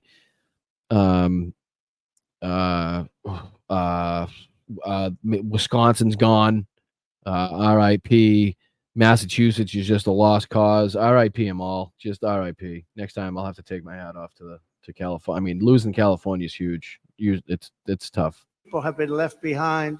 But think of what happened there. We got out in disgrace. We should have gotten out with strength. I was getting out. We would have been out even sooner, but strength, dignity. We would have kept Bagram, the big air base. You know who occupies Bagram? Yep, no diggity, no doubt. He would have gone in with diggity. Bagram right now, China, because it was 1 hour away from where China makes its nuclear weapons, not because of Afghanistan, but because of China. But China occupies it right now. Thank you very much, President Xi. Enjoy our billion. Never mind. I can't say that because it would. Billions of dollars of construction that took place years ago. They spent billions of dollars many years ago. Right, guys. Like Penguins, Pam, you're right. So we were going to get out, but somehow keep Bagram as an air base. So not get out, because that would require obviously a shitload of people, considering it's like the largest air base that we've built, I believe. So in order to keep that functioning and running, it takes soldiers, which means the soldiers would be in Afghanistan, which means we wouldn't actually be out of Afghanistan. That's how that works. That's how that works, pretty much. 1 hour away. Think of that, where they make their nuclear weapons. It's so embarrassing, the stupidity of the people that have run our country, but we did things the opposite way. We were very smart. We were very respected. We're a respected country. They respected your leader, your elected leader. But remember this. Viktor Orban of Hungary, Prime Minister of Hungary, they asked him pretty recently, they said, what's going on? The world is coming to an end. He said, if you want to stop it, re-elect the United States, re-elect Donald Trump, because when he was there, we didn't have any problems. We didn't have problems. Russia wouldn't have happened with Ukraine. Israel would have never been attacked on October 7th, never. You know, Iran was broke. Iran was broke. They had no money. I told China, you buy oil from them, you can't deal with us. I told that to many countries, anybody that dealt there, so they didn't buy oil. Oil's the whole thing, the big deal. And they were broke. Now they have $300 billion. Think of it. They have $300 billion now, and they have plenty of money. We're run by stupid people, and we have to change it, or we're not going to have a country left. We're not going to have. We didn't let countries take advantage of us. France was going to charge our corporations tremendous amounts of money for doing business in France. You know this, David. David is very familiar with what happened. And I went to my people. I said, tell them we're not going to put up with it. They're not going to charge our companies because we want our companies to do well so they can employ people. It's sort of simple. I didn't even like a lot of the companies that they were dealing with. I should have said, oh, great, let them charge. What the hell do I care?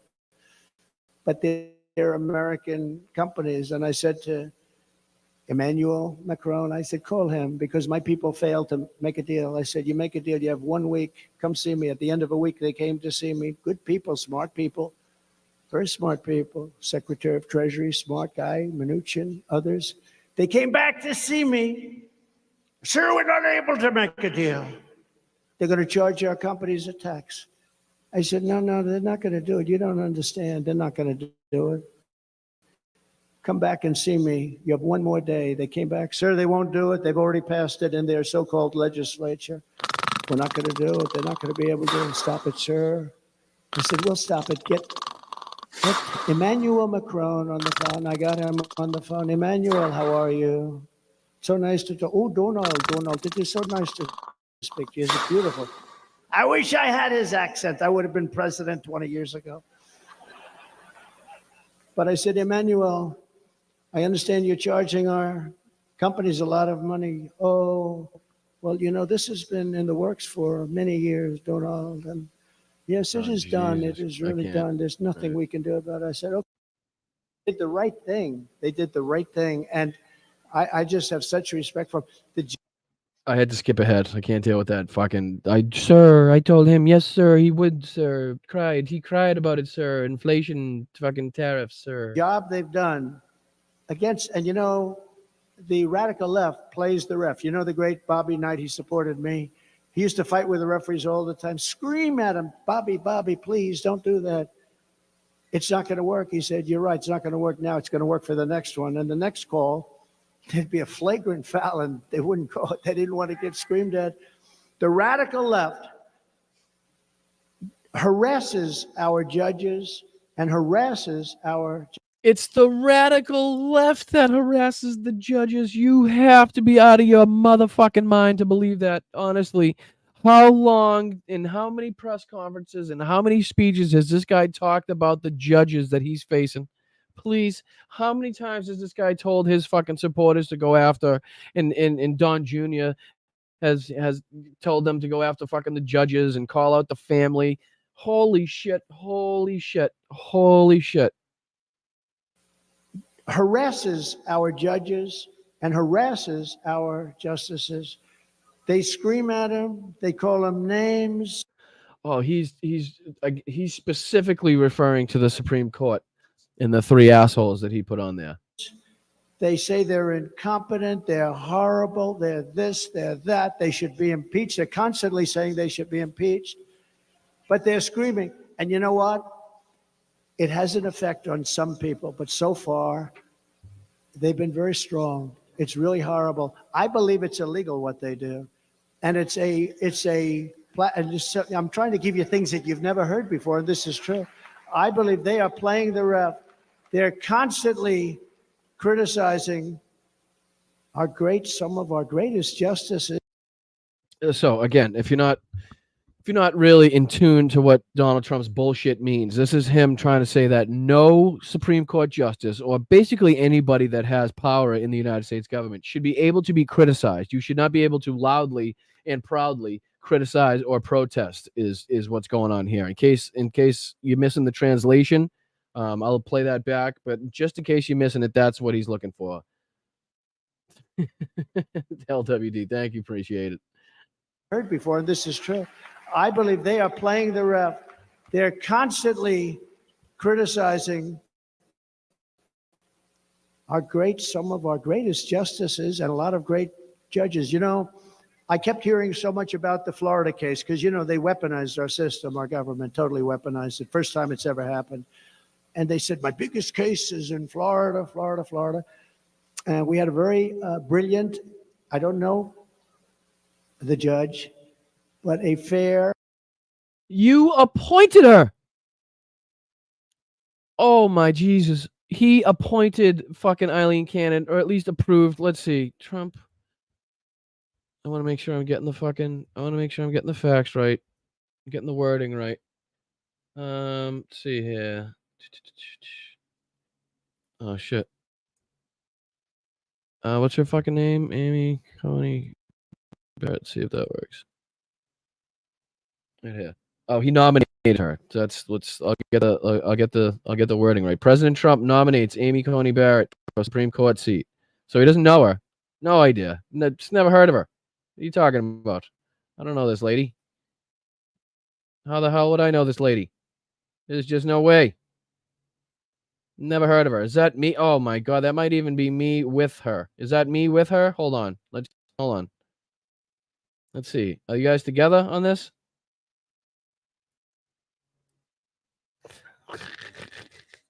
This is great. This is great. Come on. What's happening? Play. Do something. There we go. Oh, fuck you, ad. It's always an ad. It's always an ad. But let's see. We're going to figure out if Donald Trump really knows Amy Coney. But never known her. Never seen her. Woof. Come on. This is one of these long-ass ones. Let's go. Let's go. Move it along, sister. 20 seconds, 18 seconds, 17 seconds, 16, 15. Come on. Nobody wants to watch ads these long. Wouldn't make people think they want to watch ads these long. I don't want a lacrosse stick. I don't want to go back to school either. Come on. 8 seconds. 7 seconds. 7 seconds. 4 seconds. 4 seconds still. 4 seconds still. 3, 2, 1. And action. Come on. Here we go. Today, Junior. Anytime. That would be great. Just play the fucking... Just play. George Stephanopoulos. Oh, George Lapidopoulos. No wonder he doesn't like him. No wonder he doesn't like him. Let's see. Are they together at all in this? Come on, George. Where are you? All right, I'm done. Done with it. Not working. Not doing what I want it to do. I'm done with it. But fucking Donald Trump knows Amy Coney Barrett. Don't fucking get it twisted. Okay? Don't get it twisted. And very brilliant judge who took tremendous abuse. Would have been so easy for her to just rule against me, but she didn't do that. She ruled for. She threw out the whole case. It was thrown out. That was a big case, and I have such respect. Hold on. It wants to work. It wants to work. Let's see.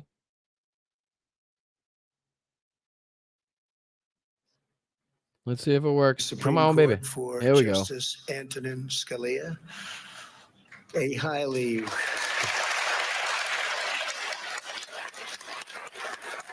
Where is she? She ever come in? See them together. Yeah, are they together? That's the visual that I want. Any day now. Oh, for Christ's sakes almighty. Does she ever speak? Come on. Come on. Come on.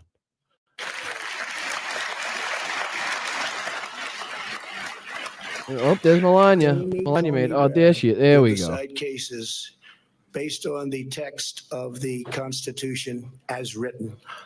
As Amy has said, Folks, doesn't know her. Doesn't know her. Wait, what? What's that mean? What George? Who's George? More information, please, on that one. Oh, it's the Slopidopoulos.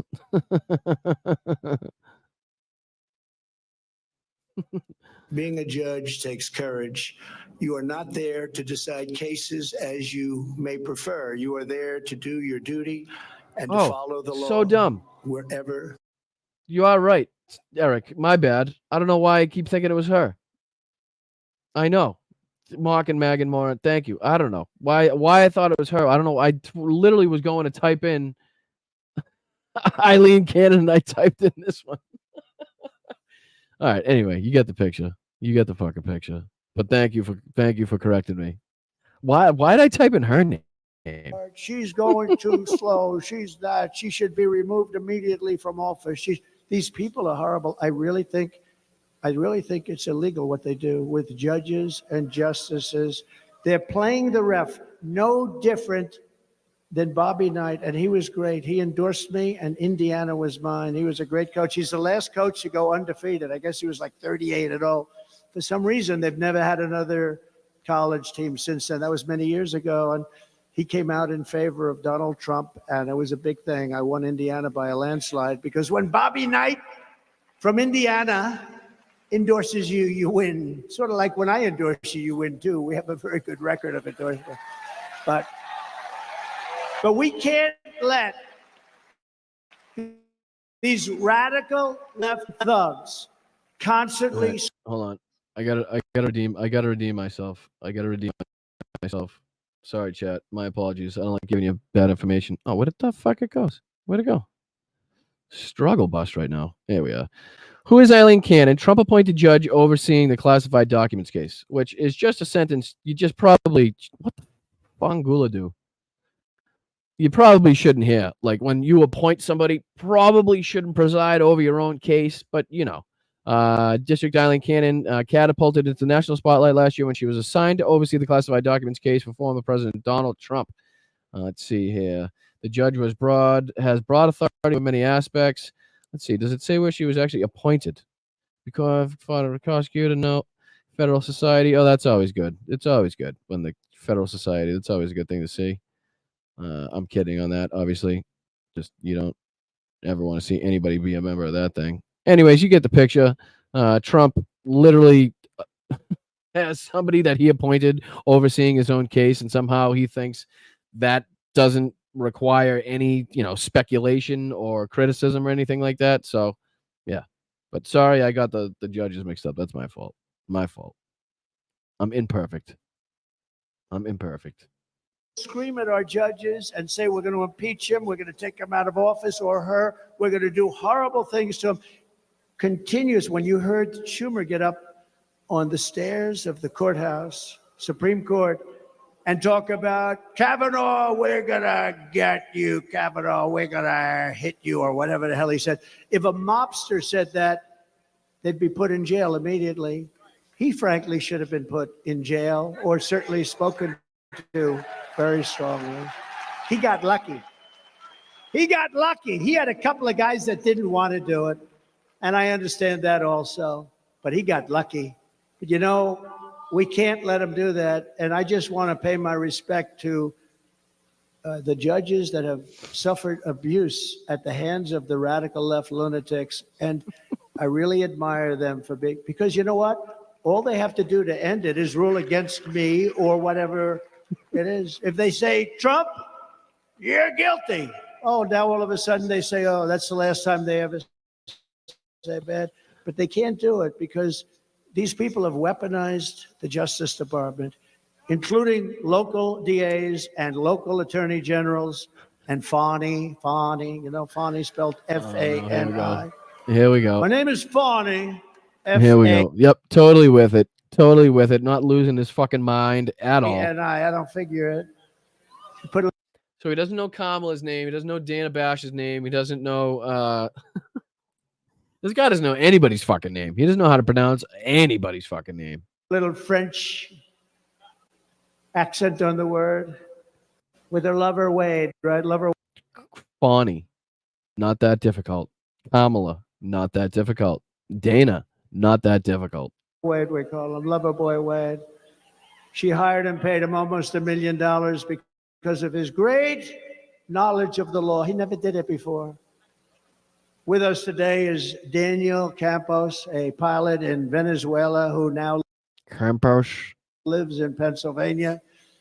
Let's go. What's up, brother? How are you? Great gentleman. Daniel came to tell Josh, he doesn't have any problems pronouncing their names.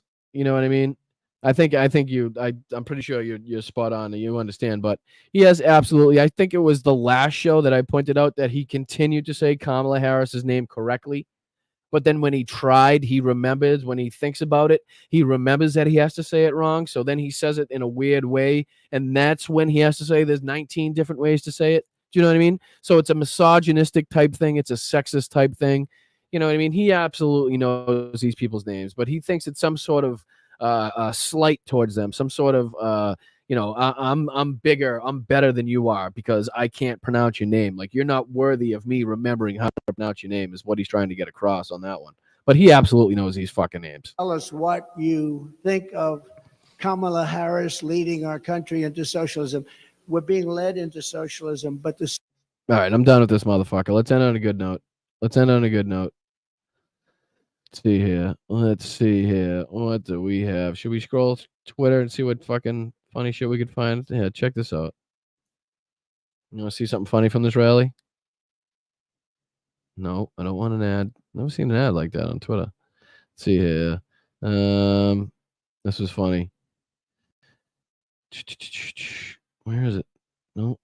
Oh, here it is. Check this out. Share this tab instead. No, that's not what I clicked on at all. My computer is going nuts. I clicked on this. This is at the rally right here. So this is the sign on the side. Can you guys see it? Make sure you guys can see it. I'll make it big so you guys can see it. Make American great again is what it said. Make American great again. They can't even get their own signs right. Yes, whole lot of blue, Pam. Right, and the empty seats. Check out the empty seats here. Check out the empty seats. But you can't spell America right, literally. Like, it's your fucking slogan. It is your prime slogan. Is what is you built your campaign off of. And somehow you get that fucking wrong. Like, how is it possible to do that? Unbelievable. Unbelievable. What else we got? What else we got? We got Billy Ray Cyrus, a stepchild. Had a stepchild with Russell Brand. He came out and started singing. Did you see this guy? Oh, did you see this guy talk? Check out this pot. You guys are gonna love this one. Ready? Yeah. Check His this. pot might get arrested for a fucking beat. Hold on. Dude, check out the pot in this guy's hair. His pot might get arrested for a fucking DUI on the way out of the speech. That thing is more crooked than fucking Donald Trump's business. Holy shit. What the hell? What is that, dude? What did you do?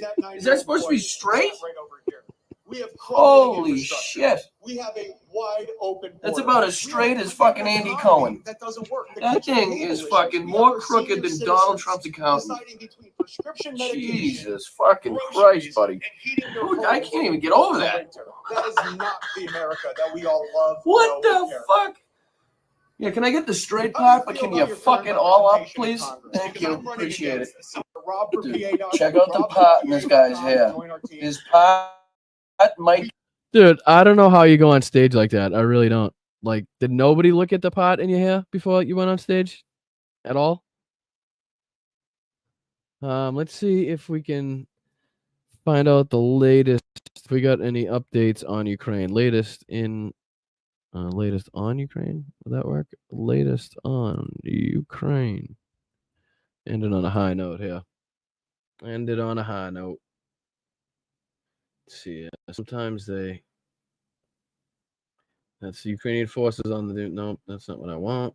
22 hours ago. Ukraine is captured at 2:30. I think we saw this in the Reddit. This is a latest map from the... Yes, let's go. 18th. Here we go. Here's the latest map. Can I make this any bigger for you? I think I can zoom. How do I zoom? Zoom, zoom, zoom. Does that work? Did that work? Did that work? In? Yep. Oh, 150. All right, here we go. Oh, no. What happened? Where'd it go? There it is. Can you see that?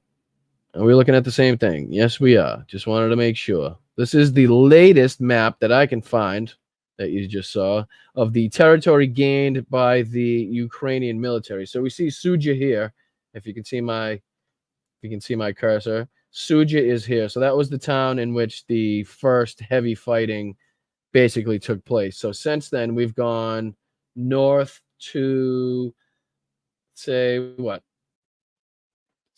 Several kilometers north of Kornevo, way the hell up here, all the way almost to Gluskovo. I think that's where they said they might have taken out a bridge. I could be wrong on that one.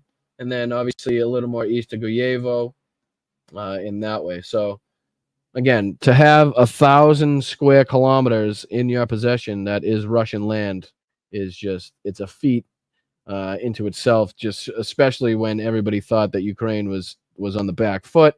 They were still on the defensive. They were still trying to get the offensive equipment out to the people because of the delay in the United States Congress. But here we are. This is the change. This is what we're seeing. Let's see if we get any other information. What else we got? Main news: Russian strikes two Kherson hospitals in the Oblast. That's never good. Don't want to see that. That's me. I don't know why I'm on there. Let's see here. Anything? The fog of war is very thick here. That was the 14th. This is yesterday. Ukrainian troops are now on the offensive in the ongoing war with Russia. Kiev's latest developments. This is 2 minutes. Listen to what he's going to say, maybe. Battlefield. NBC's Aaron McLaughlin is in Kyiv with more on how it could impact the ongoing war. Aaron, good morning. Peter, good morning. Ukrainian military officials say they're strengthening their positions in the Russian region of Kursk, while the front line back home remains a top priority and concern.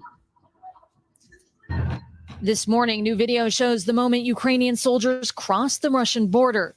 In the video released by the Ukrainian military, you see the Russian border checkpoint in ruins, Russian soldiers waving white flags. Another video shows a Ukrainian soldier driving through the bombed-out Russian countryside unchallenged, then celebrating driving back a Russian tank. Welcome to Ukraine. It's the largest attack on Russia since World War II. The goal? To draw Russian forces away from Ukraine. Just think of that statement, right?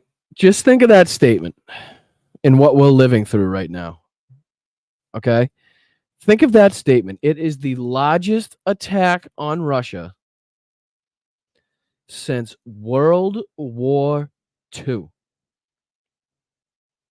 We have not seen anything like this, nor have we seen anything like the Russian incursion into Ukraine, granted.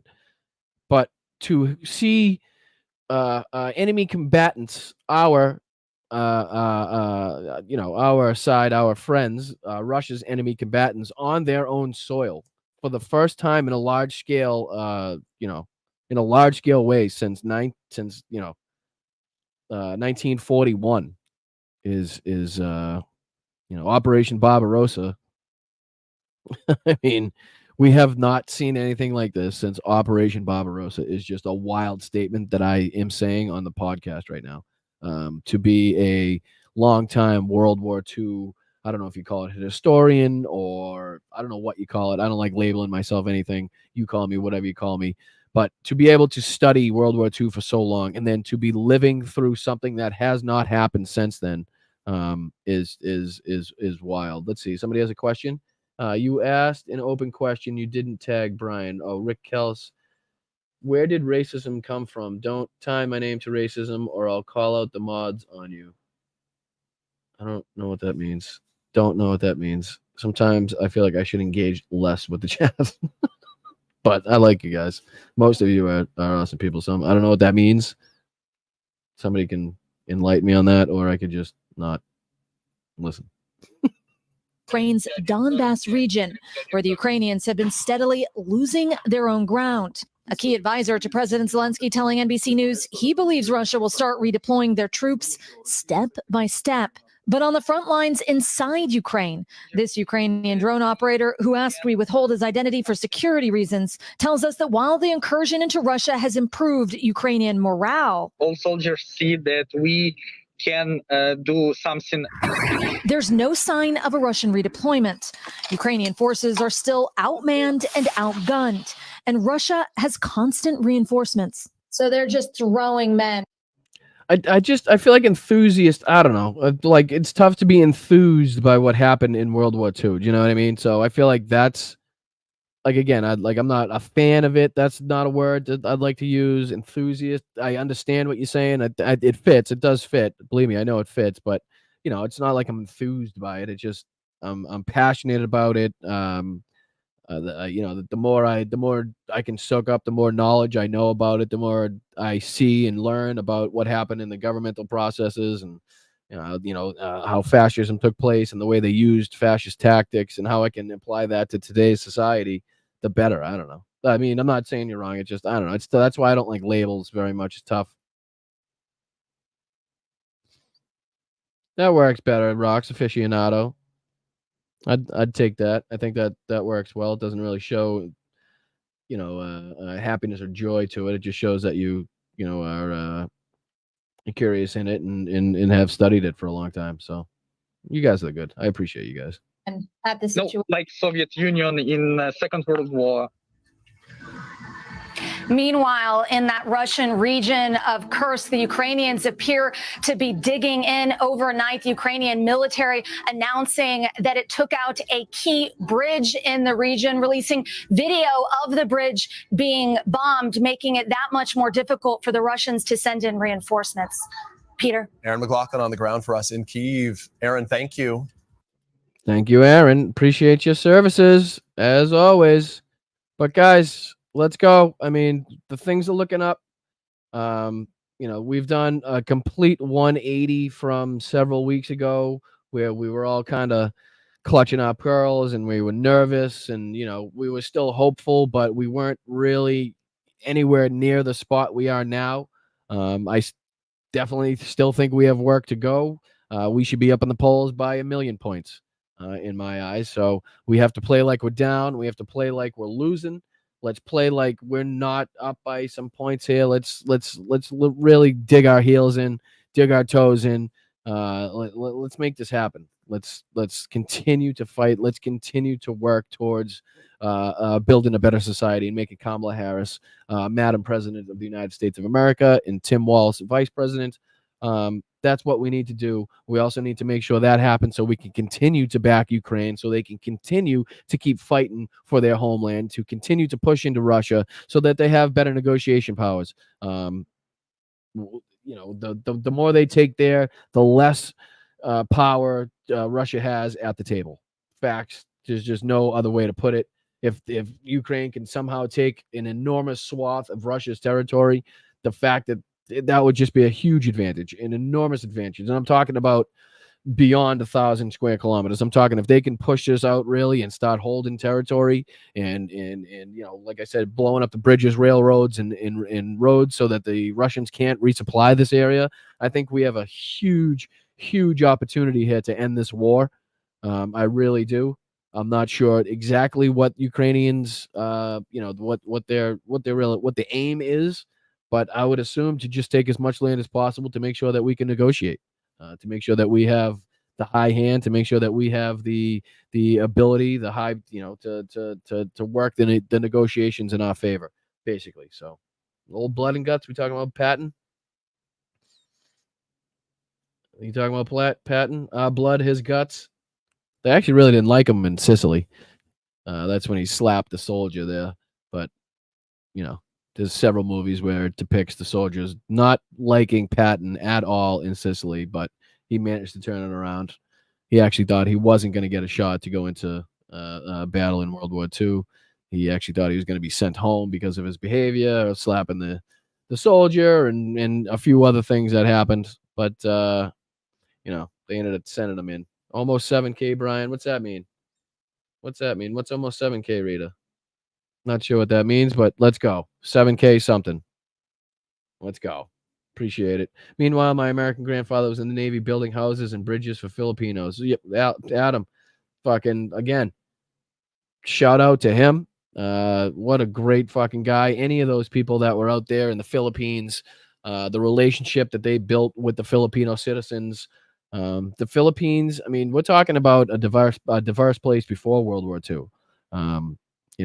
There was many different cultures living in that area when the Japanese army stormed in. So pretty cool to hear that, Adam. That's really, really cool. But anyway, subscribers. Oh, really? Me? Let's go. Why would I not even think of that? I wasn't even thinking that. See, I'm not thinking of subscribers. I'm come here to inform and to make sure that I get my voice heard. Thank you, Cecilia. Appreciate you. And thank you. Thank you. Who is it? Let's see here. Backing up. First person was, God, where'd it go? No, I can't find it. Oh, Rita. Thank you, Rita.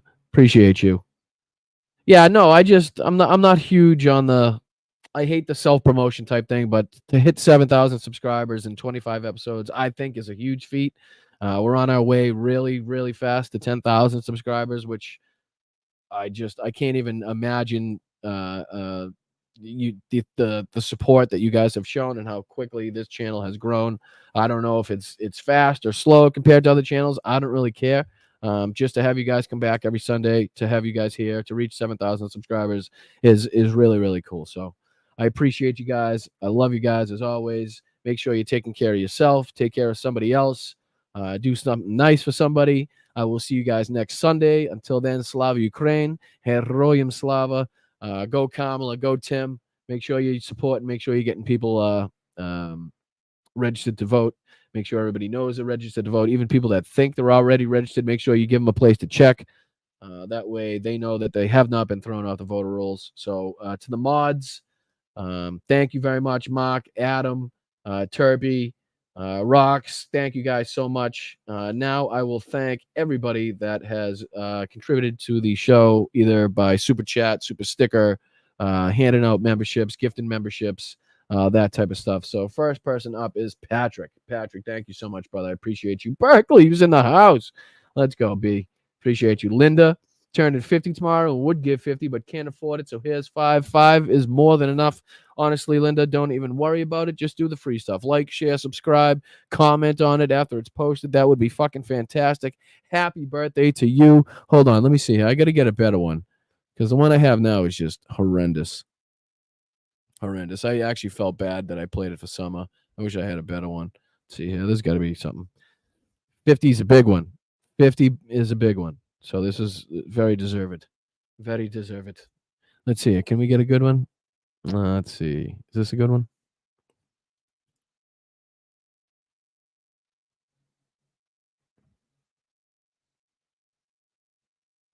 Nope. I don't know what that is. Nope. That's the one I got. Nope.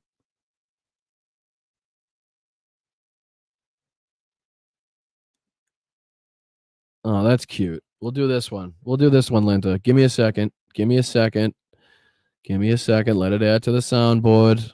I find this one to be very cute, so I will play it for you, Linda. Happy birthday to you. Happy birthday to you. Happy birthday. Happy birthday.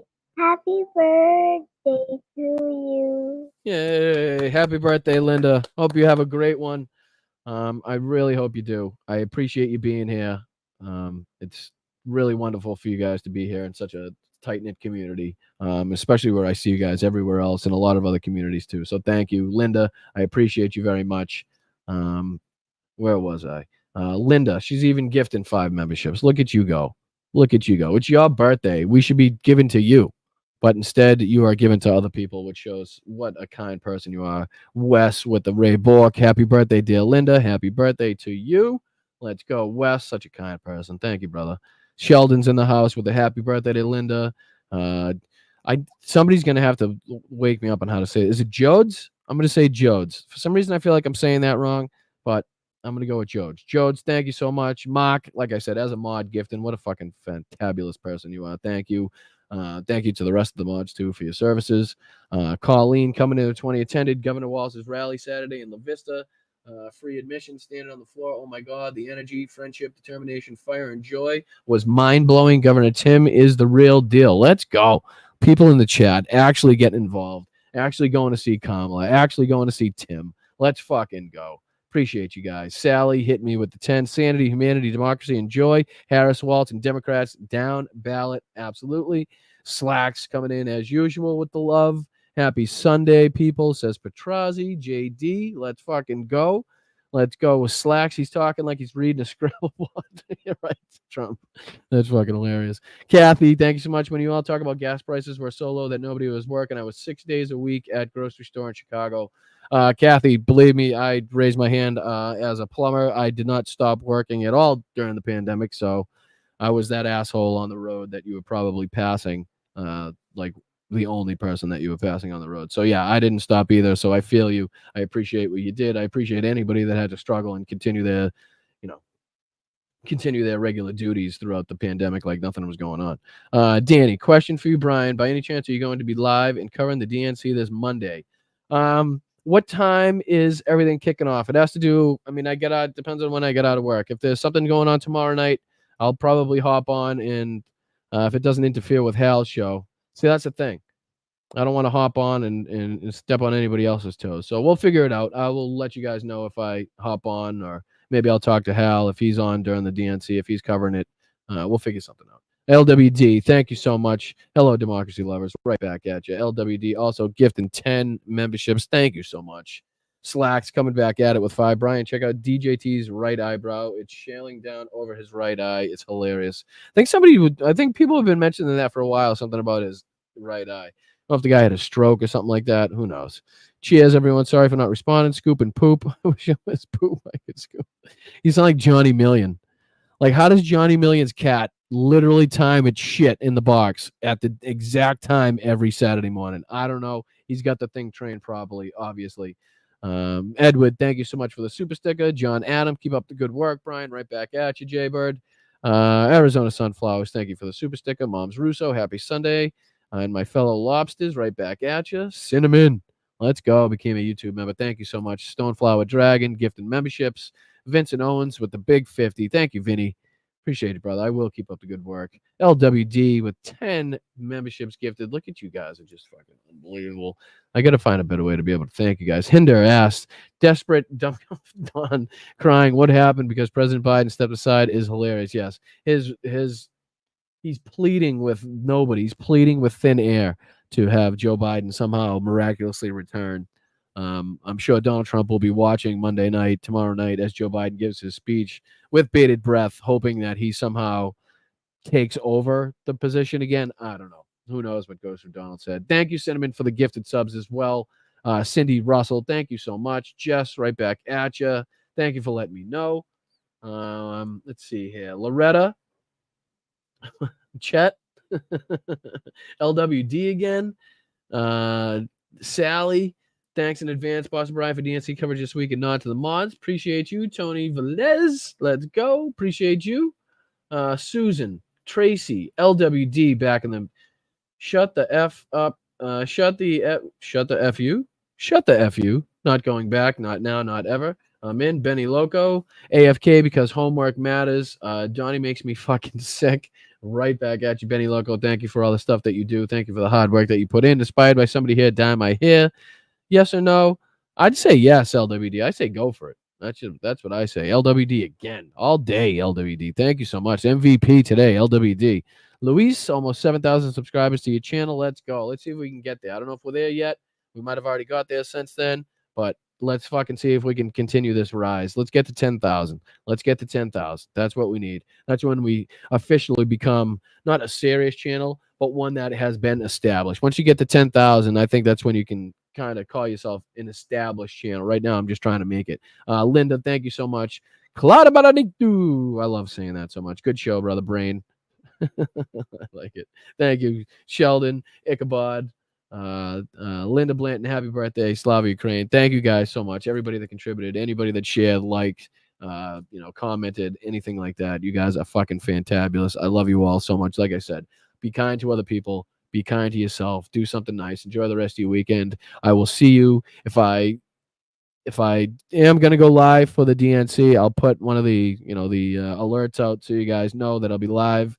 If I don't, if I just happen to see you on another channel, I will see you then. If not, I will see you next Sunday. Same time, same place. I love you guys. Keep fighting. I'm Boston Brian. I appreciate you guys very much. I hope you have a wonderful one-day rest of your weekend. Thank you, guys.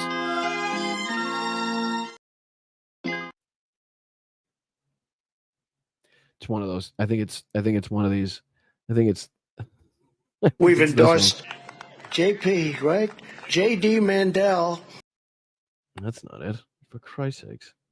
Let's go. I'm going to do this.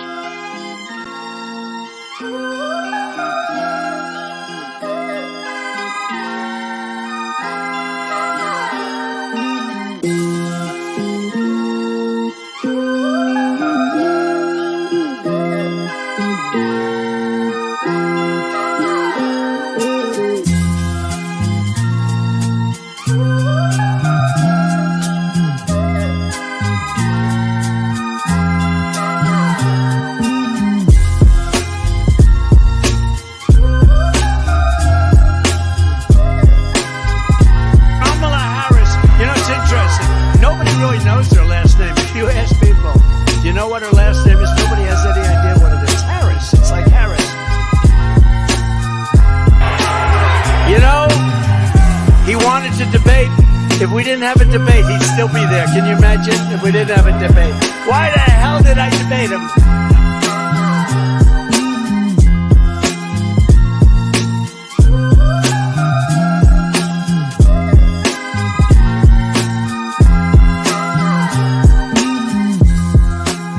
Never fight uphill, me boys. Never fight uphill.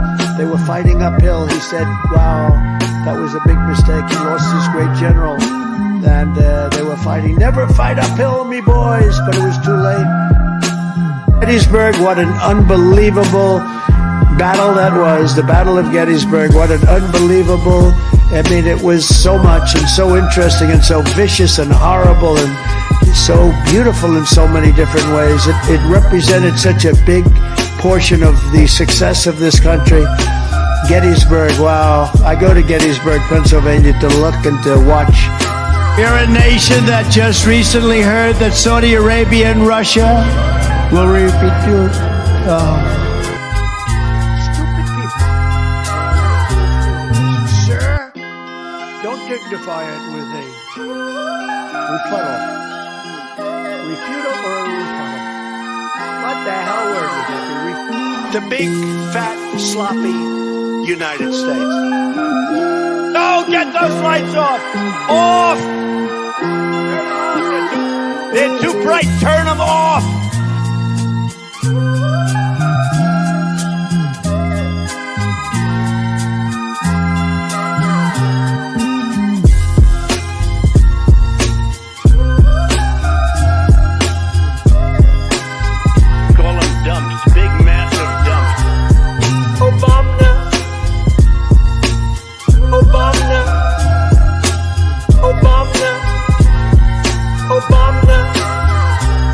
Vagina.